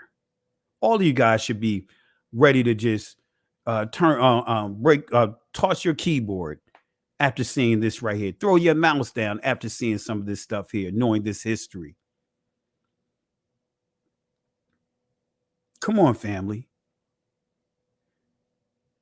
Nursery rhymes about our people. Nursery rhymes about alligators eating our people. Nursery rhymes. In the documentary, I used the Book of Lullabies with them degrading our people. Come on, family. Let me drop the link inside the comment section. I'm going to stop right here. And anyone, that's watching, feel free to jump in. I'm going to stop right here. This is the history we need to talk about. This is the history that we need to talk about. This is the history that we keep being told, sweep it under the rug. That's the past. Oh, well, I didn't do that. That was my ancestors. Wait a minute. Your ancestors passed down generational wealth to you. Come on, family. Come on, family. Come on, family. We got to call it what it is. We got to call it what it is. Sister Carol, you there? Yes, I am. How you doing tonight? Oh, man, your people, man. All Your that, people. I saw the comment talking about somebody calm down. Like, what? Oh, it's been all kind of psychoness in that chat tonight. Well, talking about now, the judge. What they say now? Talking about the judge not being awakened and he talking about pork. I said that's not why he was invited to the channel. That's not the discussion we were having with him. And that's not the subject tonight. Just what the name of the channel is We Woke Now. Exactly. We woke now. We are aware of what's always going on. Fall back. But anyway, back to this subject. I grew up with all of this. I was born in 1962. And I remember watching cartoons, the Blackface movies, the Blackface figurines, caricatures, the canning of food, all of that. It's always in my face. I played in the band in elementary school, junior high school, what was called junior high school, and I was in, they call it middle school. That happened around the 80s, late 70s, early 80s. They started switching over to middle school. But I remember we played in the band these songs. Played Dixie. We played, in fact, Benea had it on his premiere tonight. I almost said the railroad. We're working on the railroad. Played that song. Yeah, I had those songs too. Yeah, I had those the nursery songs. rhymes. I mean, my grandmother used to rock me in her rocking chair to put me to sleep, and we would sing "Rockabye Baby." Mm-hmm. The lyrics to that, it's just been always ingrained. But the thing is, that was the culture, and we have to remember that them and us were all together in all that minstrel and vaudeville stuff.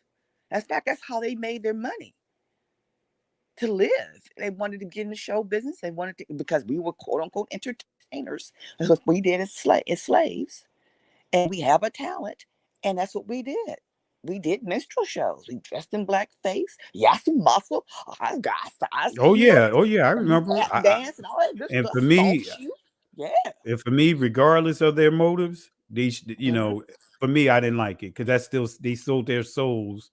Correct. To be a laughing stock, to continue to perpetuate the stereotypes against our people. Absolutely. But the thing is, that's what was accepted throughout the whole entire time. And what's so sad about it, we did it to each other in our own community. If you didn't bow down to them, you were talked about. Well, they just would have to talk to me. They just had to talk about me. I know. I'm sorry, because it, you know, I mean, they talk about us now. You know what I mean? Exactly. So that's not going to stop. They just going to, for me, they just going to have to talk about me because Exactly. I refuse to sit up here and allow, you know, our people, allow myself to be insulted, man. I have daughters, man, and man, forget all of that, man. It's like I said, I walked away from the industry because of the things that they were trying to get me to compromise with. Correct. You know, I'd rather be broke, but Mm-hmm. teaching and being the true examples for my daughters than to sit up here with all this money Mm-hmm. and And miserable. have that to brag. Yeah, nah, that's not me. Because there's a time frame when that contract is to be called back in once they allow you to reach the pinnacle of where you need to be as far as your riches and so-called wealth. But that's a whole nother subject matter. But this is interesting. Benea, Dane Calloway, and you so far are all talking about blackface tonight.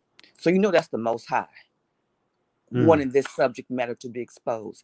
But all three of y'all have done. Yeah, I didn't even know Bernard didn't even tell me he's dropping the video. We didn't even talk about this. Man, that bad boy was powerful. He dropped tonight. Everybody that's in this chat was on that. We all just switched from over there and came over here. I mean, he dropped that bad boy and it exposed every single thing you just talked about tonight. And then some. He went to Leo Frank. He started from the 1865 and went all the way through. And that's just part one. He has a part two. He said he's gonna continue the series. But man, it's amazing. Yeah. And it's funny now. Well, it's not funny, but it's clear now when A Birth of the Nation that they created after Leo Frank and ADL was established, and they emerged themselves into Hollywood. When our brother made A Birth of a Nation talking about us, which was the story of Nat Turner, now it makes sense why they were so angry. Because I couldn't understand what was the anger was about. And he pulled up his past when he was in college about the situation with the alleged rape that did not take place by him.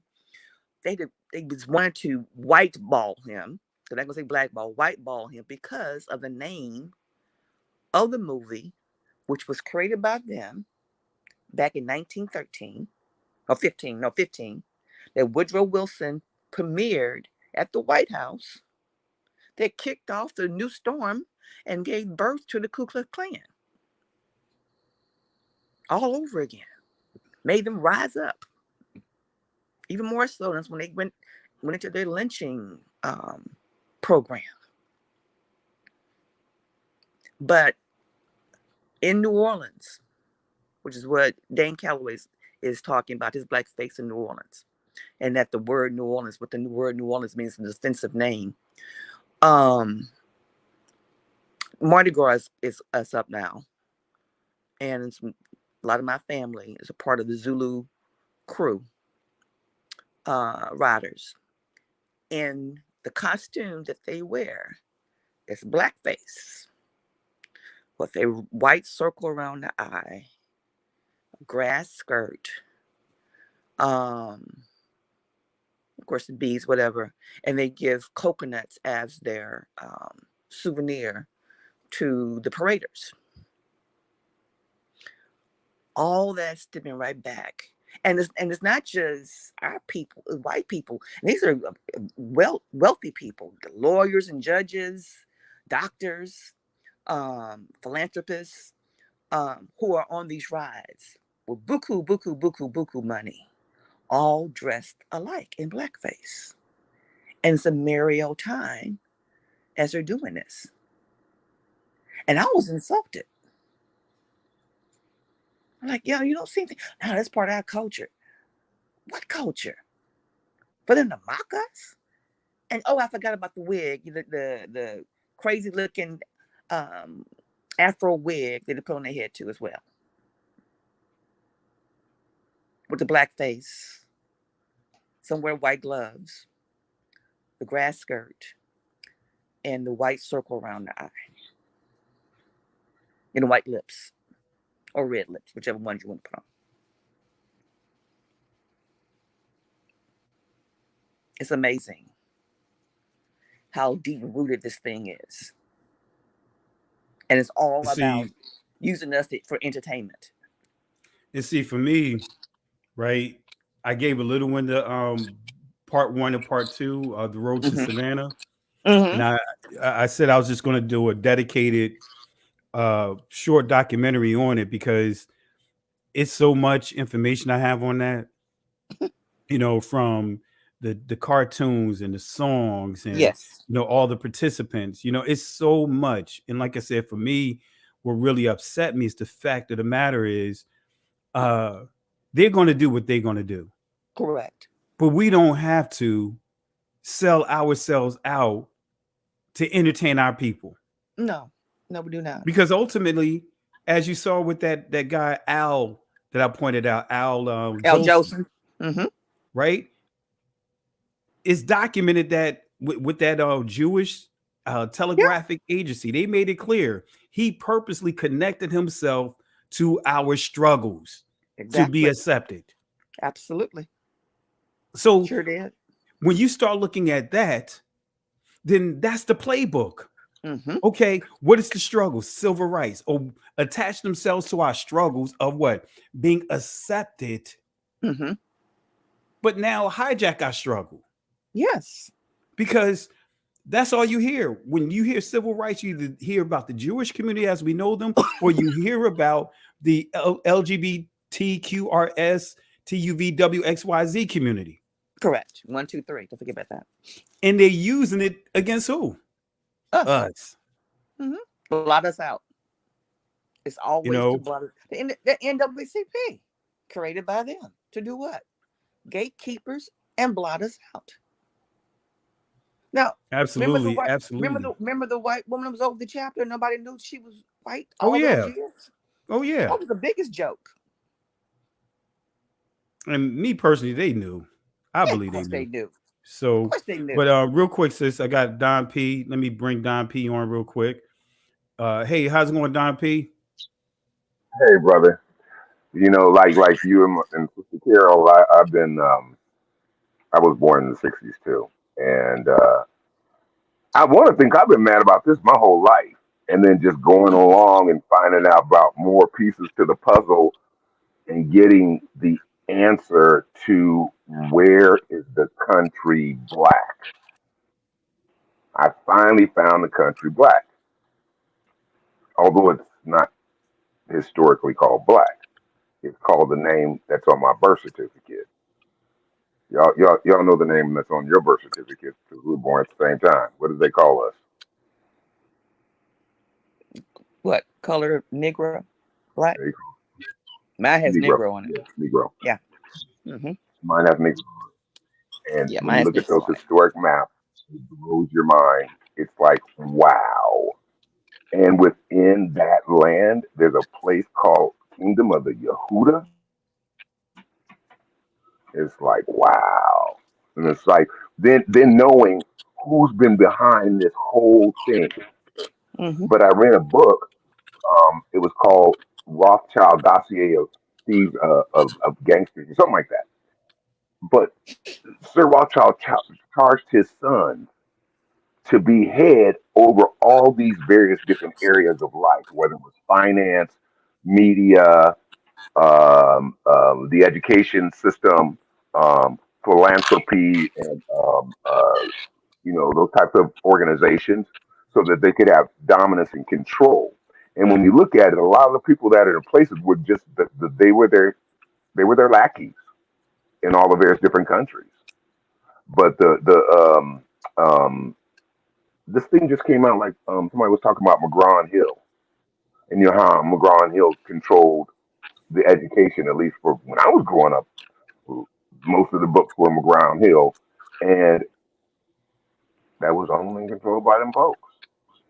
And so they set the narrative up, set the systems up, knew who we were, and I know they hated the internet when it came in.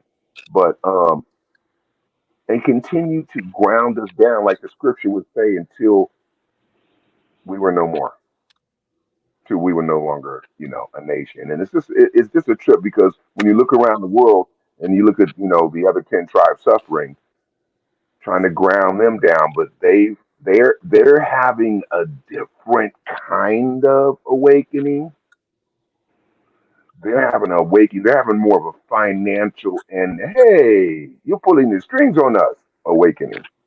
And so these people are losing their grip on the world. They're losing their grip on the world, on worldwide control. Anyway, let me stop talking. Well, for me though, and the reason why I wanted to do this, this blackface, right, is because most of our people don't realize how much their hands are in everything that we do. Mm-hmm. Everything. Now, I gave a couple of sources just in this short presentation, and each source says that they dominated in that area. So they dominated in the transatlantic World War, which many call slave trade, but they also were dominating in the whole blackface thing. They dominated that whole entertainment industry. Mm-hmm. That didn't change. But that's the key. And like I said, just off that one article that I shared tonight, man, they laid out the whole playbook.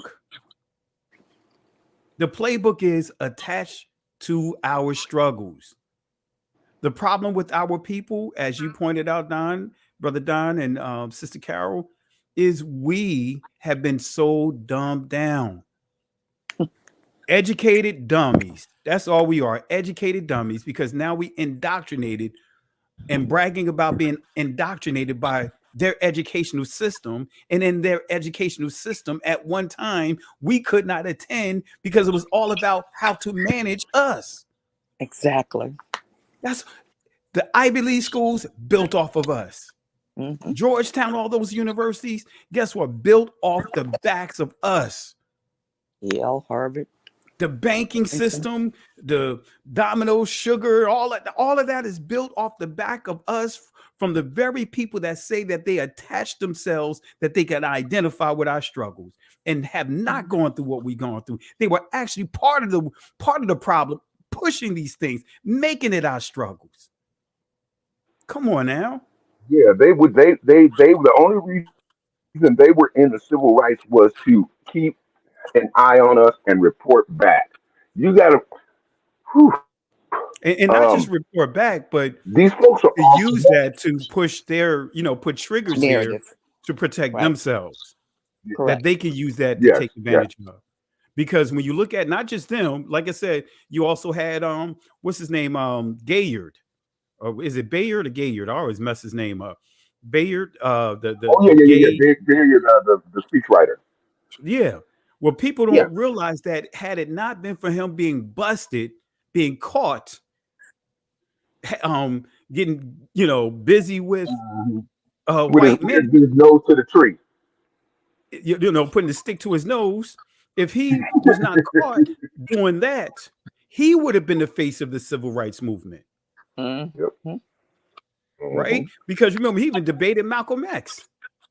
Yep. So they were setting him up to be the face, but because he got in trouble, because he kept getting caught, putting the branch to his nose, so they didn't use him. Martin Luther King was the face.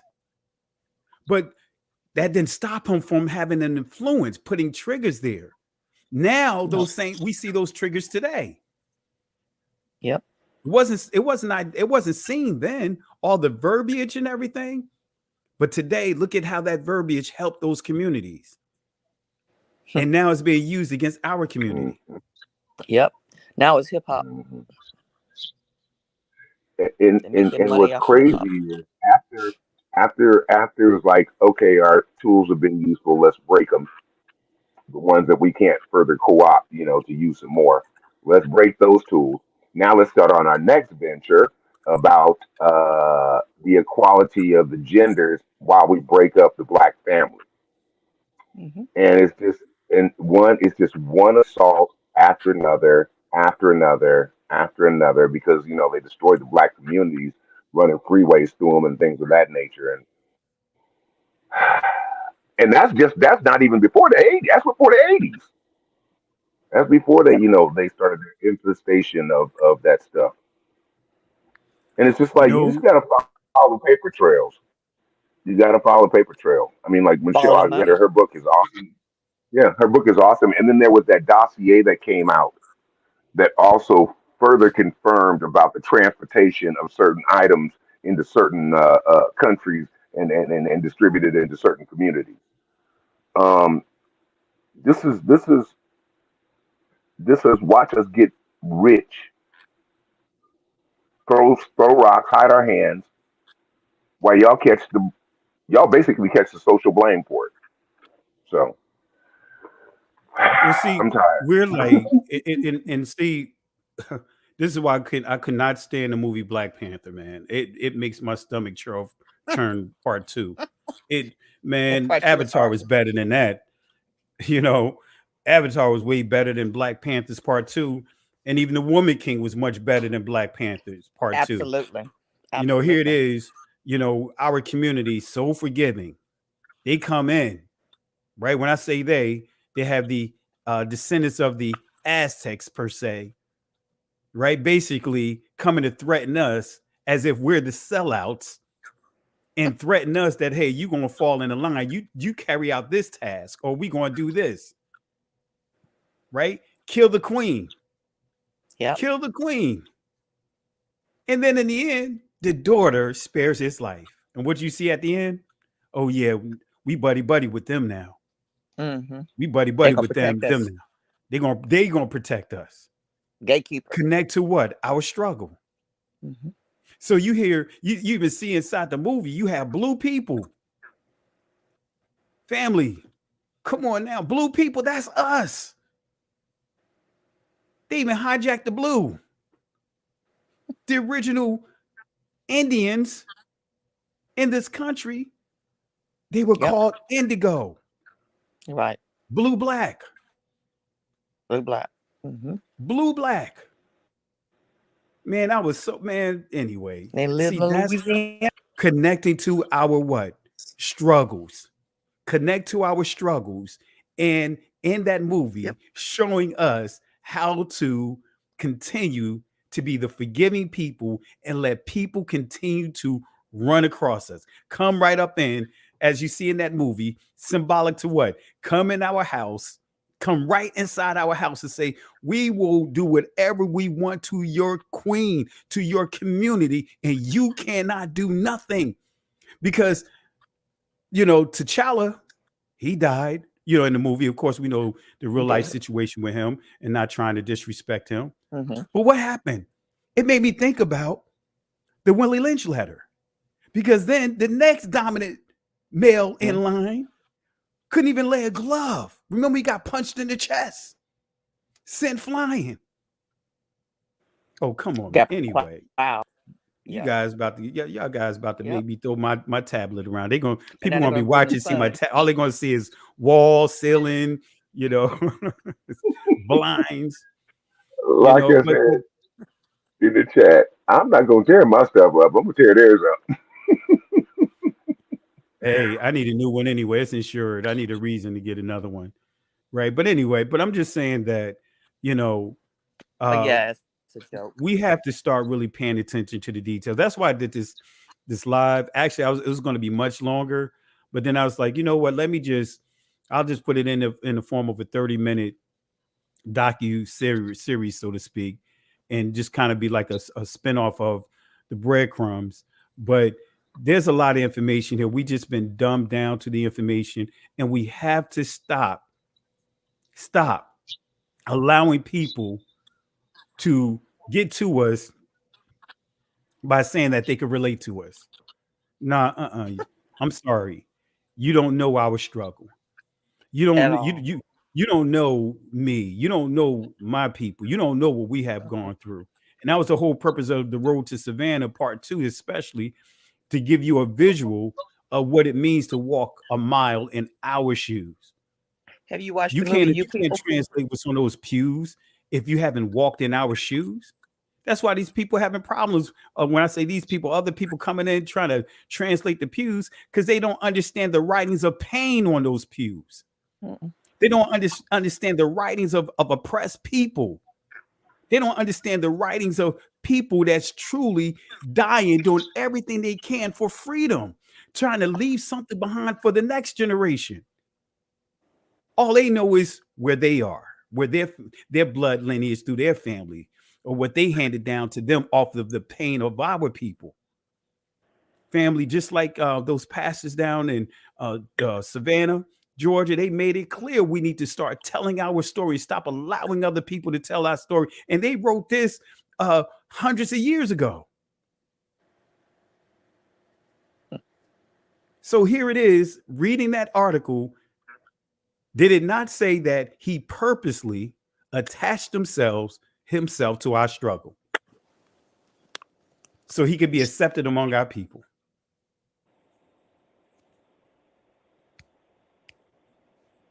So we could say, oh yeah, Al, he's cool. Don't leave him alone.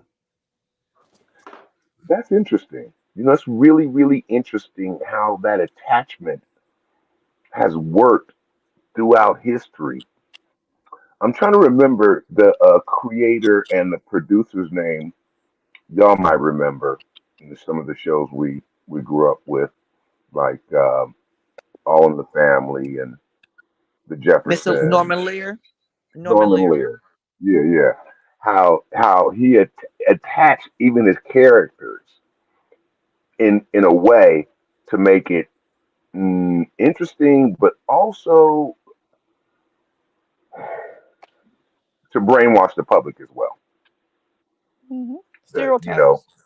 yeah, Stereotypes exactly. and kite passing. That was the approach. That Yep, was the thing back then. yep. And he's still And living today. and how they attach themselves um, uh, in the music Remember the and Beastie control Boys? that social narrative. And I worked in that industry, and yeah, the only black people they want in that industry are the ones that are useful tools, whether it's artists or their A&Rs, etc. Those are just useful tools. But when you have outside people that can't be controlled by them, no, you ain't the one. We don't want you, even though our stuff is top shelf, you know. So at any rate, I just see their hand. It's like nobody, none of them have an original thing. It's like they're a parasite. They're a parasite on our people. All they do is eat off of us. And so yeah, back to the upset thing. Yeah, yeah. Yeah, They are a mistletoe is a confederacy. parasitical plant, right? That's what the mistletoe is, a strange vine, right? You know, as the scripture talks about. It's a strange vine, but a degenerate vine, a mistletoe, right? Attaches to its host, suck all the nutrients out, deform it, you know, many cases kill it, right? That's all it is. That's what we see happening. So many communities, not just that community, other communities have leached off our community and still leeching off our community. The problem is things have been turned so upside down that I never thought I would see the day that, for example, you got our people getting, excuse the term, butt implants, our people getting lip implants, All our that people, craziness. all this stuff that other communities flocking to have. It looks To look like crazy to us. see that we are fully built, right? And you see our sisters, and come on, brothers, we got to take ownership of that because they're looking at what we chasing after. Not all, but many of us chasing after. But it looks so crazy to see a sister with that. You got men getting calf implants, you getting all kinds of stuff. It's crazy to Beard, me. fake beards on, fake hair, fake beard, You know, now they, you know, spray painting fades and all kinds of stuff. The very thing that we prided ourselves with, now we are chasing the shiny nickel. Mm-hmm. You know, and I'm gonna tell you, this whole YouTube, really watching this YouTube whole platform, Mm-hmm. man, there's so many people selling their souls for the sake of being monetized. Yep. You try to Clickbait. continue to have money coming in, and they're doing anything and everything, including putting all kinds of crazy stuff out to try to keep themselves monetized. And YouTube can pull that at any day. What would a man give? What would a man give? But they won't pull it because YouTube getting money off of it too. So the more Oh, crazy you'd be it is, surprised what YouTube will pull. Right. Man, I had a few content creators thought that they wouldn't pull their stuff because they getting all kinds of views. And guess what? They pulled them. You just got to mention the right names. When you mention the right names, your stuff is gone. They took one of my original, and it's just my personal channel, but they took it down or something, like put me in prison for a year or something. But yeah, I was gone because I went in on somebody from my entertainment past, which y'all probably know who's connected with YouTube. Mm-hmm. And yeah, they shut me down. So, but in a nutshell, and I don't want to veer too far off though, but that we gotta understand the importance of heritage as a people, and we gotta, like, even today when I taught today in our assembly today, we literally have to undo the way we think, the way we process stuff, and literally start from ground zero. I had to do that as a pastor, to completely undo Mm-hmm. the deception, Mm-hmm. to undo the stuff that we've been taught Mm-hmm. by the institution of religion. Correct. The institution of religion is right across the board. Freemasonry is a religion. Mm-hmm. Contrary to what people think and believe. Like Judge Joe Brown confirmed a lot of the stuff that I've been teaching. Mm-hmm. When he said LGBTQ is a what? Religion. A religion. It's a cult religion. Mm-hmm. Yeah. Yep. But we thinking religion is just Christianity. No, it's right across the board. Anything that you're committed to, you are making that into a religion if you're not careful. Correct. And so Christianity is a religion. Judaism is a religion. Correct. So the music industry is a religion. and Don P, when I was in the industry, it was a religion to me. My wife would tell you, nobody could say anything to me. If I get upset, guess what? I go make a track. Or, you know what I mean? I go in the studio. Mm-hmm. Walked away not once, left multiple contracts on the table. Cynthia Horner was my manager. You know who Cynthia Horner is. Bobby Brown's old manager, New Edition old manager. Yep. Oh, he was the editor of Word Up magazine. I don't talk about my past, but yeah, I was pretty thorough. Yeah. Okay. So, but where I'm getting at is, when do we get to a point that we're going to stop selling our souls to finance this delusion? As we see here with this whole blackface, that's why I wanted to just highlight this article. We see they're doing what we see our people doing today. Mm-hmm. Yep. All for the sake of wanting to get themselves out there in the entertainment industry. They would do the things that's very degrading. They know, like what's his name? David Chappelle. He said he did things that he thought was funny. He knew was funny, but it was socially irresponsible. Correct. Mm-hmm. Exactly. That's why he walked away. He walked away. Yeah. We see so many things. Yeah, people doing it for fun, but it's funny. They're doing things because it's drawing attention, but it's so socially irresponsible. I mean, like watching the NBA, hearing Perkins saying all kinds of crazy stuff, breaking the code of being an athlete.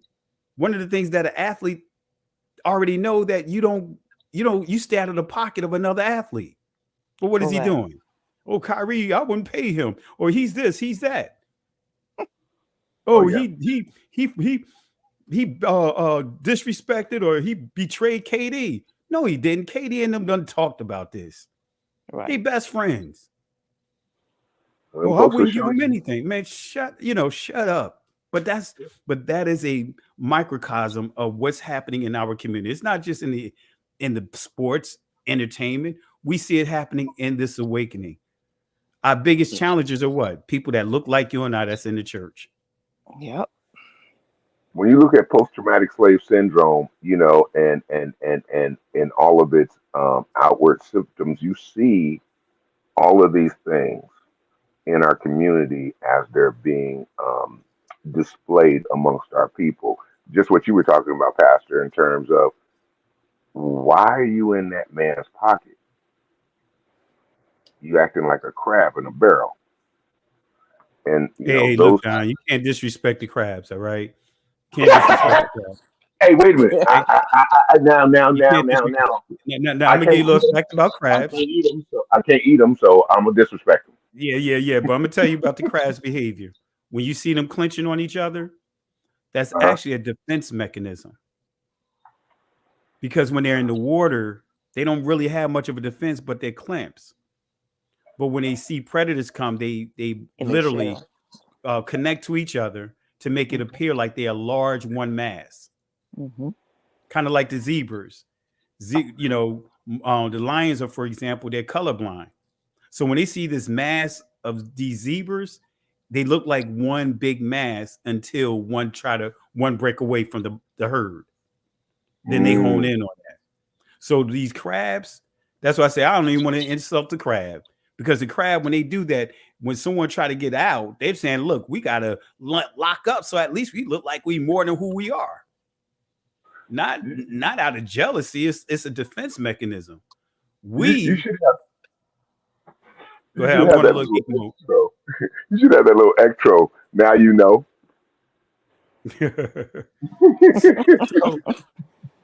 so, but you know what I mean. But this is different. You know what I mean. I used to think about the bucket of crabs until I was like, wait a minute. I literally sat back. I'm like, let me look at the behaviors of the crab to validate this, and come to find out it's totally the opposite. Wow. We're insulting the crabs when we could say these brothers and sisters are behaving like a bucket of crabs. Because My no, bad to the it's crab. we giving them to we still putting them in the good light. No, they worse. I'm not even going to insult the crabs. We start saying they acting like minstrel shows. Hyenas, because hyenas, they do that in a heartbeat, boy. They turn on each other Mm-hmm. in a heartbeat. Piranhas. Even the piranhas got a system. Interesting. Anyway, I know I went a little geek mode. Yeah, it's all good. I mean, you were learning something, so I guess I won't be saying that again, and I guess I'll be correcting folks that are making that misstatement. It's like, oh, look, they ain't clean animals. They smarter than we are, so we need to be But clumping up so we don't get ate. but yeah, family, those that are watching, I encourage you guys to watch part one because I really go into a lot of the nursery rhymes, the books like Agatha Christie. Uh, how her book was initially 10 nigger boys. A lot of those Dr. Seuss. He was a racist who dressed in blackface, and a lot of the cartoons you see that he drew and created was blackface. Mm-hmm. Yep.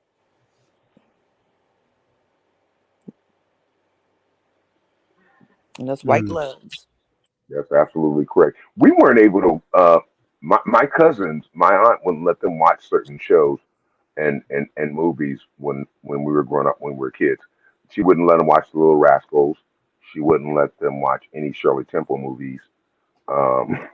It was a litany, and it's like you understand why, because television is a way of their indoctrination Mm-hmm. and their white supremacy and affecting your self-valuation as a what do you call it? Unwilling prisoner of war.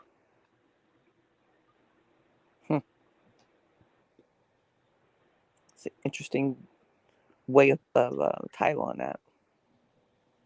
But you're right. And I watched all of that. Yeah. Mm-hmm. It's crazy. And you know what? I'm glad I did. Because you know why? Because now that I'm in the age I am now, awake, you can see their whole scheme of a plan, what they were doing. And why they were doing it.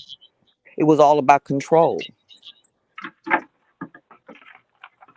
The why was very important and significant, and the financial reward connected to the why. I won't say it because this isn't my platform, so I won't. I'll say it like this in code. I don't think some things are accurate in terms of historical reporting. Um, I know an event happened in September in a certain year that I left to go to business school the day before, and I was on American Airlines. But I know that sacrifice sometimes is necessary for certain folks to get certain agendas off. And so in history, when we look at things that provide the permission to get the agenda off, I don't think um, the human life capital has a significant value as it relates to those who might be affected by it. Even going back historically to the Titanic. And if you guys know the historics with that, you know what I'm talking about. That was a major money. That was a major money deal that affects us today. So yeah, I don't put anything past anybody who can't decide where their homeland is. Well, is it over here or is it in Uganda? And come on now, quit playing with us. Quit playing in our face. Yeah. I was trying to pull something up here real quick. So, just to put another thing to get people angry, I got to get people angry. Just so that way we understand So the call you depth Angry of Man. the delusion. That's right. Call me the angry man. Angry Man from Martin. Angry Man. I don't accept that. I don't accept that because that's usually what they try to say, and I hate when they say Yeah, it about I me. don't like the angry The black angry man. black man, the Like angry black I woman. really despise that because I'm passionate about what I'm saying, and what I'm saying is true. And the only way you can shut me down is to try to flip that with your little jujitsu move. Yeah, no, I'm not angry. I'm truthful, and I'm passionate about what I'm saying, which I'm passionate means I and I'm believe upset. what I'm saying with all my heart. No, I'm mad. upset I at ain't the angry. I'm foolishness. mad. Straight up mad. Hey, the scripture said, "Be angry, but sin not."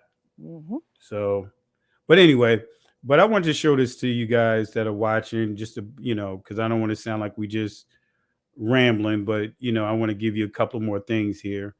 Let's go to this slide here because I talked about this, but I want I even talked about this in Road to Savannah Part 1, but I want you guys to see this image. This is Dr. Seuss, right? And this is the stereotypes about our people.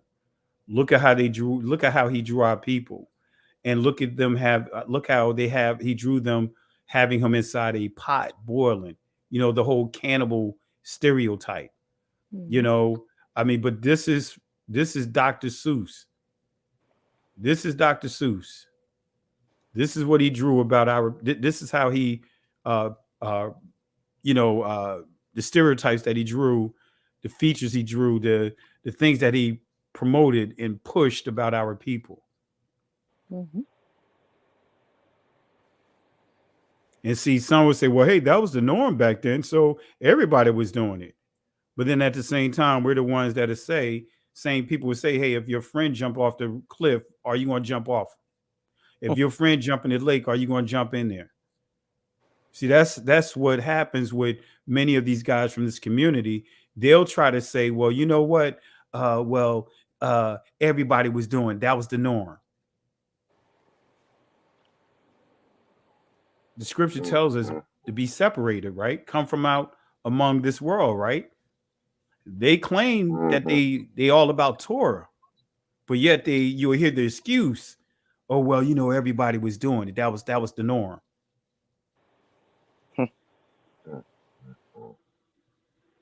You know, make me sound like my grandmother. I rebuke you, devil is a liar. Grandmother would say that in a heartbeat. But you can understand why, man, because of the things that we had to endure as a people. Man, the stuff that we had to endure as a people is, I mean, man, when you start studying this history, you realize that they really did not leave a single rock unturned. Right? Here's another image from Dr. Seuss.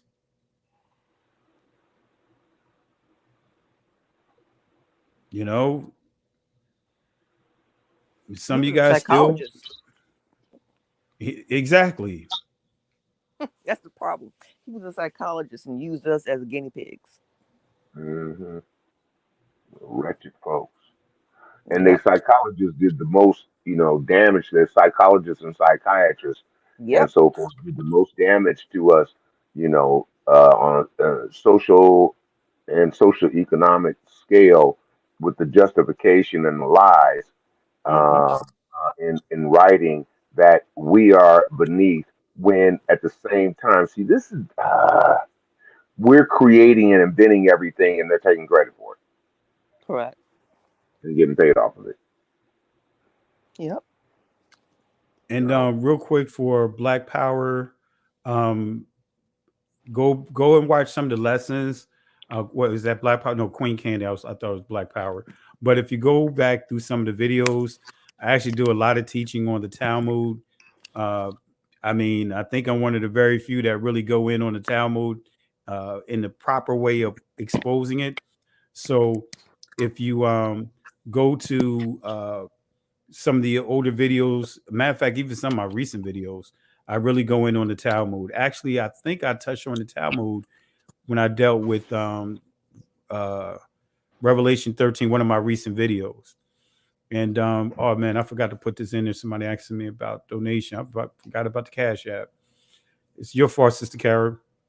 But I encourage you to watch some of the older videos. I do deal with the Talmud a lot, because it's, as you pointed out, there's so much in the Talmud that many just don't have a clue about, and unfortunately, many of our brothers and sisters that's in this awakening are endorsing the Talmud. Lost all over again. And going into the Zohar and all that other stuff.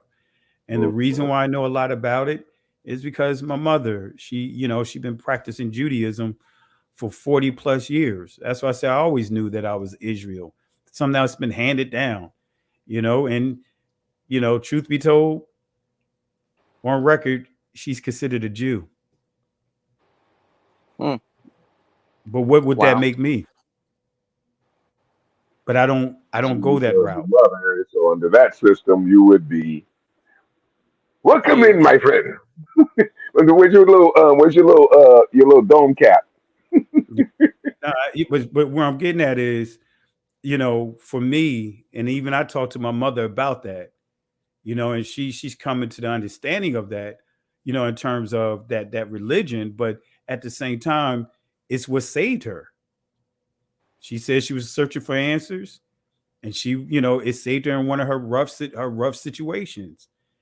So it's kind of that thing when I, it's like, I'm very careful with how I talk to her, but she know we're the people of the book. She already know that. We always knew that, but she practices Judaism because she, like we talked about with Christianity, she was like, hey, Christianity just wasn't the place. There's so many different things that's with Christianity that we already know, and some of the things that we talk about.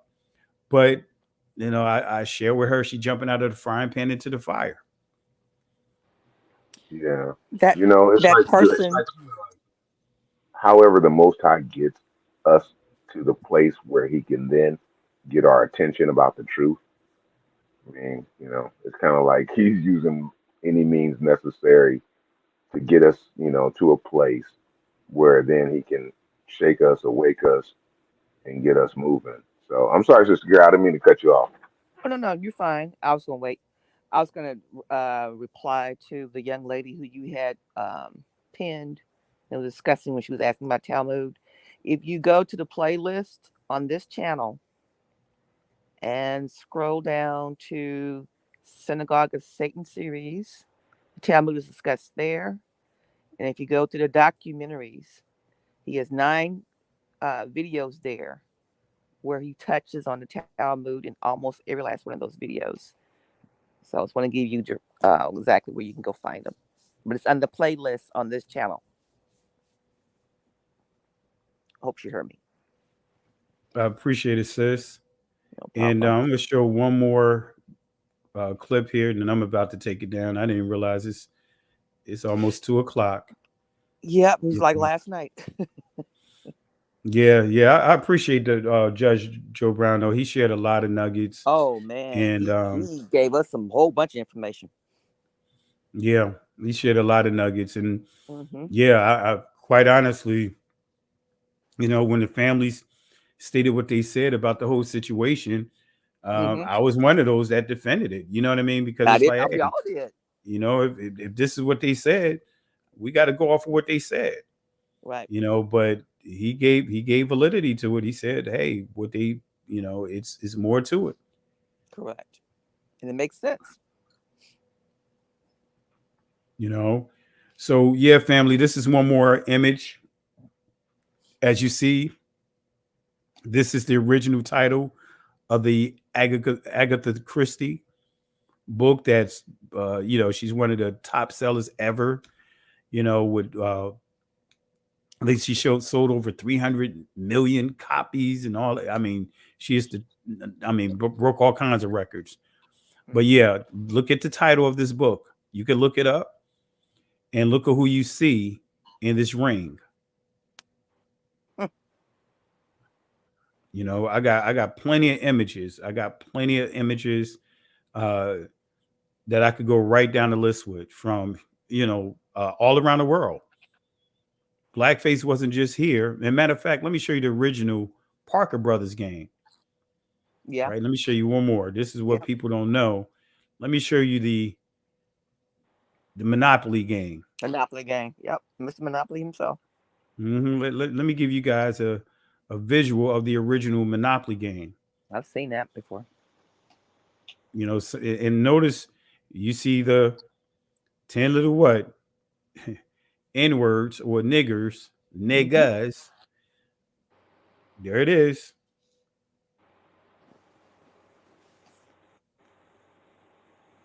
Those you see, Parker Brothers.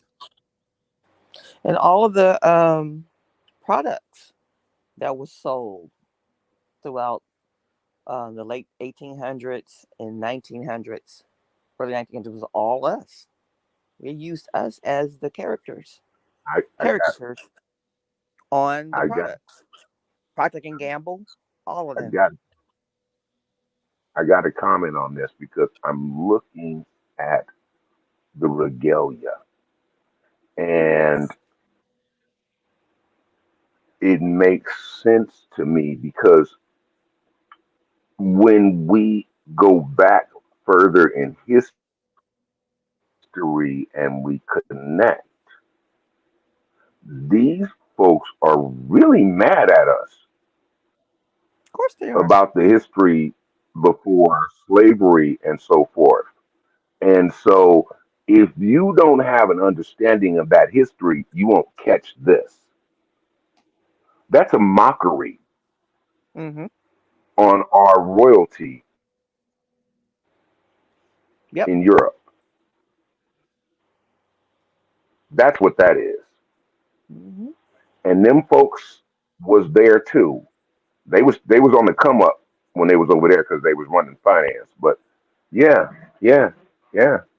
That's what that was. That was a straight mockery on the Dark Ages, and that's why they called it the Dark Ages because the darkies ran it. And look how long Aunt your mom or Uncle Ben's still on his box. Look how long those people, those two characters, been on products. Didn't they just give them pink slips? Both of them.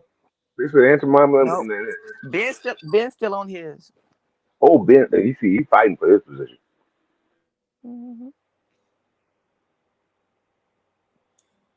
Yeah, while you guys were talking, I'm just pulling up a couple more images. Yeah, I see him. Which you pointed out, Sister Carol. I had an image of soap. Whoopi that Goldberg has an cigarettes.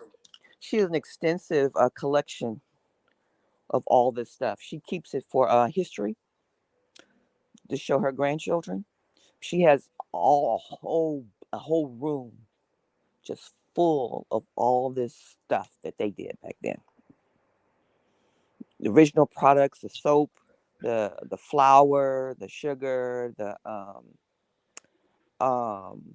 detergent, toothpaste, all of that. The cookie jars, all kind of types of figurines they made of us and sold. For the life of me, I cannot figure out the vehemence against a people that has never done anything to you. I can't wrap my arms around that.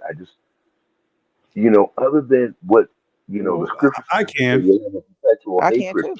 too. Beside the perpetual hatred for us. Other than that, I couldn't understand it. If it wasn't for scripture that said they will have a perpetual hatred for us,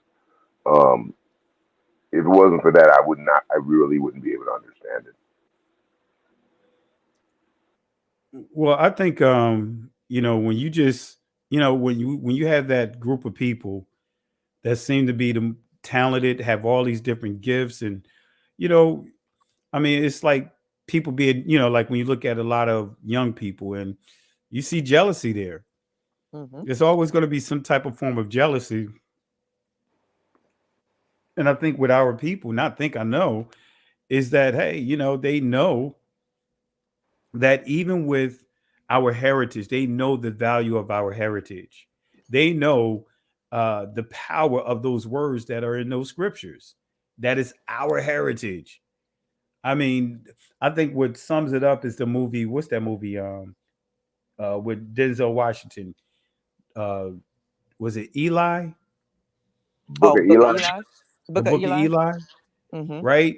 Remember how the whole drive was the power behind the Bible. Yep, exactly. When it was all said and done, and it was powerful how it ended. You realize, like, wait a minute, the whole time he was actually blind. Had the book. Yep, he had the whole. You know what I mean? He had the book, and he was blind inside his head, his whole mind. Yep. You know what I mean?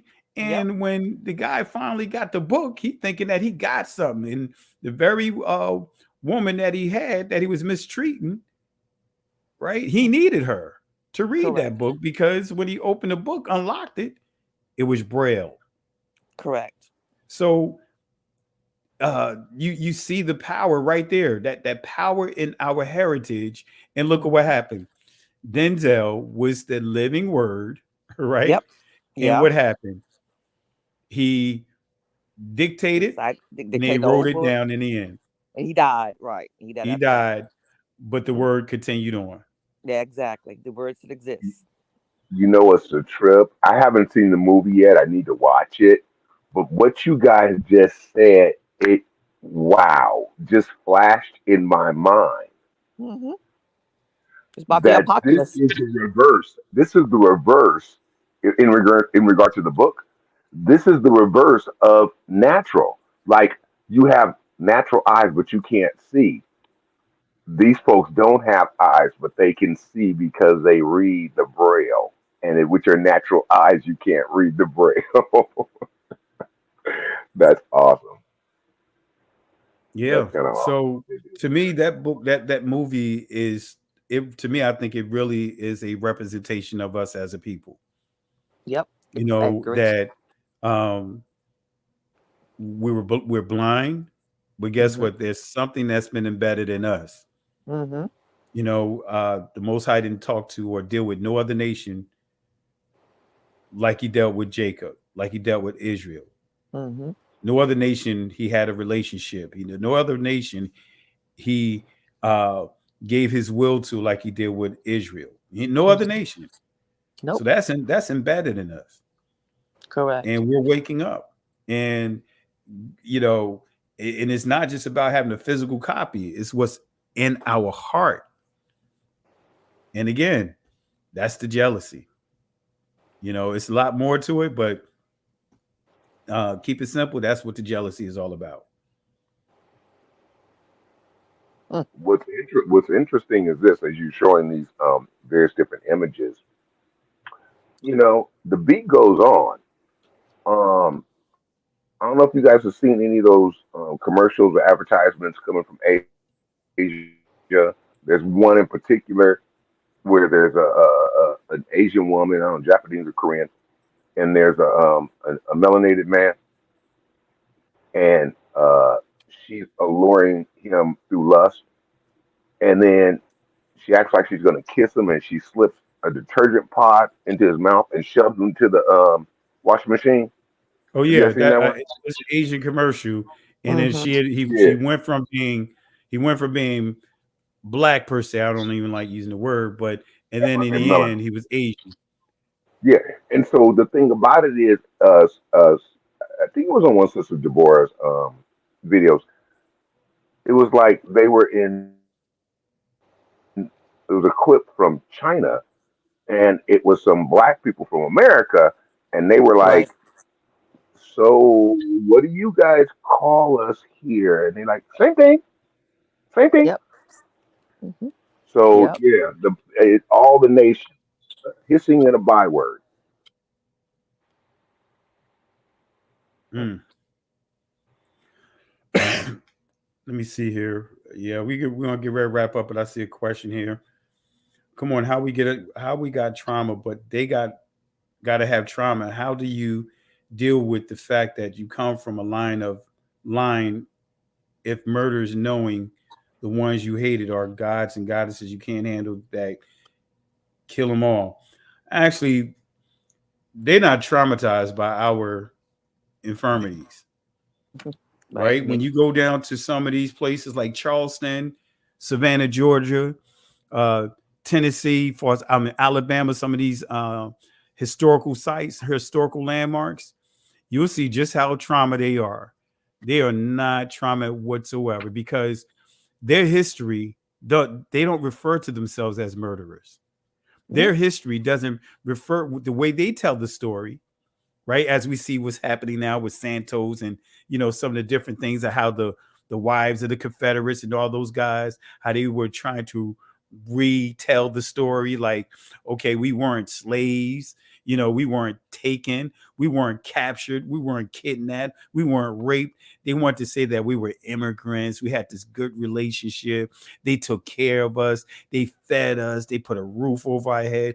They are not traumatized because they don't look at history right from the eyes of the ones that have been defeated, the eyes of those that are being inflicted, afflicted with by way of their behavior. They don't look at it. They're not traumatized. That's why they say, "Hey, that was my great grandfather or whatever." I'm not the same person. You hear that all the time, but when push comes to shove, who community they are going to defend? So I'm not saying all of them, but you have a handful of them that that may.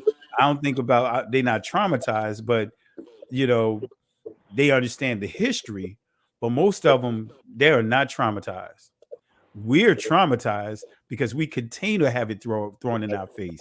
We still, as Honorable Judge Joe Brown pointed out, man, they still vote. I mean, they just passed the Emmett Till lynching thing. Come on now. We're the only ones that got to have laws in place for our hair. Yep. So that tells you that they're not trauma.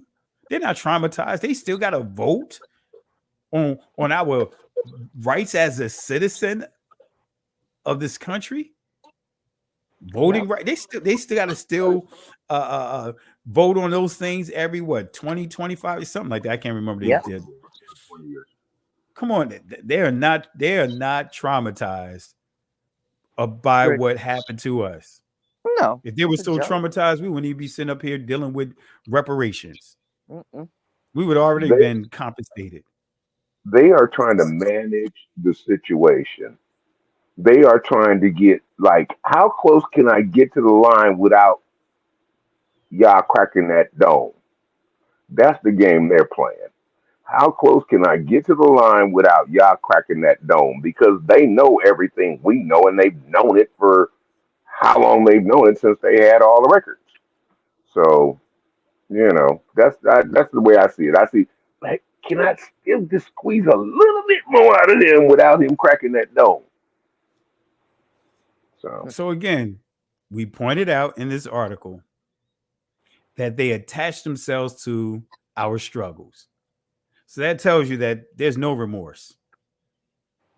There's no remorse.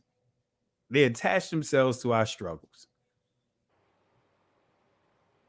Tell you right there, don't care. They don't care.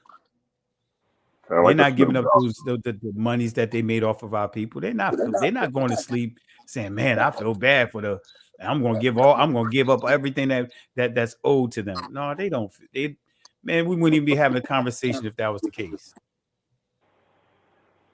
Like I said, it sounds like a Snoop Dogg song. We don't love them. They probably wrote them lyrics for him. We don't love them. And that's how they use us. So, hey, family, I got to get ready to take it down because I got a couple of things I got going on tomorrow. Got a hectic day tomorrow. But any final words you guys want to share with the people before we wrap up? Let's put that bald head dude in the garbage can. You know what I'm talking about? The one who got the bullet head. What's his name? The one of the head of the ADL. You can go right in the can. Oh, black, something black. Green black. Yeah. Yeah. Just put him in a big dumpster. And the ADL. Them too. The cult. Let me see here. Where's my garbage can? All right, somebody Somebody stole your garbage can? Nah, but we'll give him the garbage can. You didn't put it up? You didn't put it up out? Let's see here. Did it play? Yep. It played. You didn't see it? Here, for some reason. They started to mess with my my bandwidth. On my end, I didn't see it play. Okay. Yeah, but I didn't see the audio either. I saw it. Yeah, let me try one more time. It played. I heard it that time.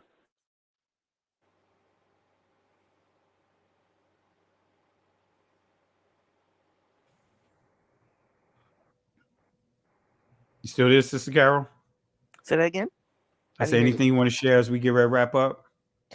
Oh, just oh my goodness, Blackface. Since we're talking about that, and how it's in sync tonight with 3 channels discussing this tonight, that the Most High obviously want us to expose this. So let's put the Blackface in that trash can, and everything that surrounds it.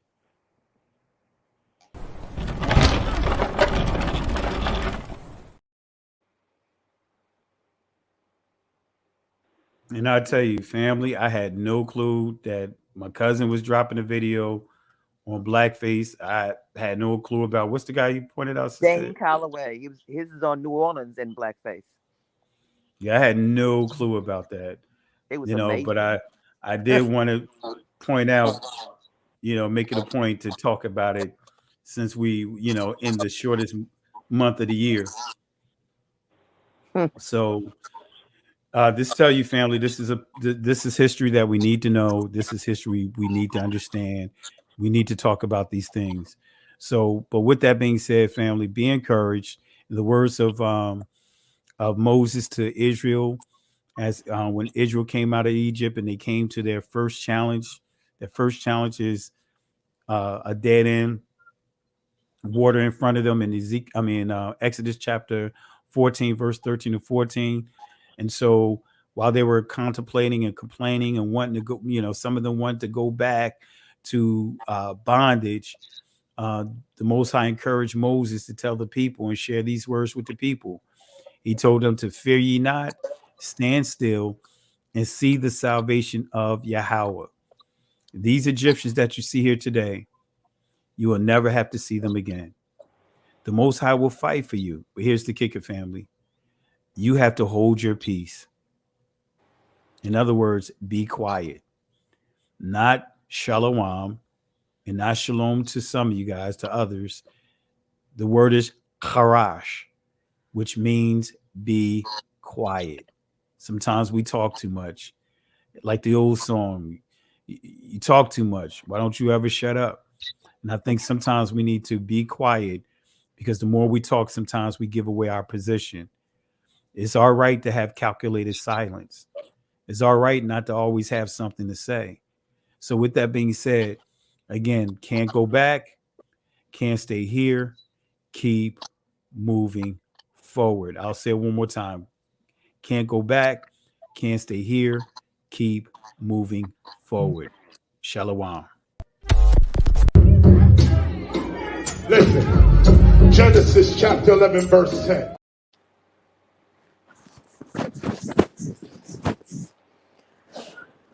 Oh boy.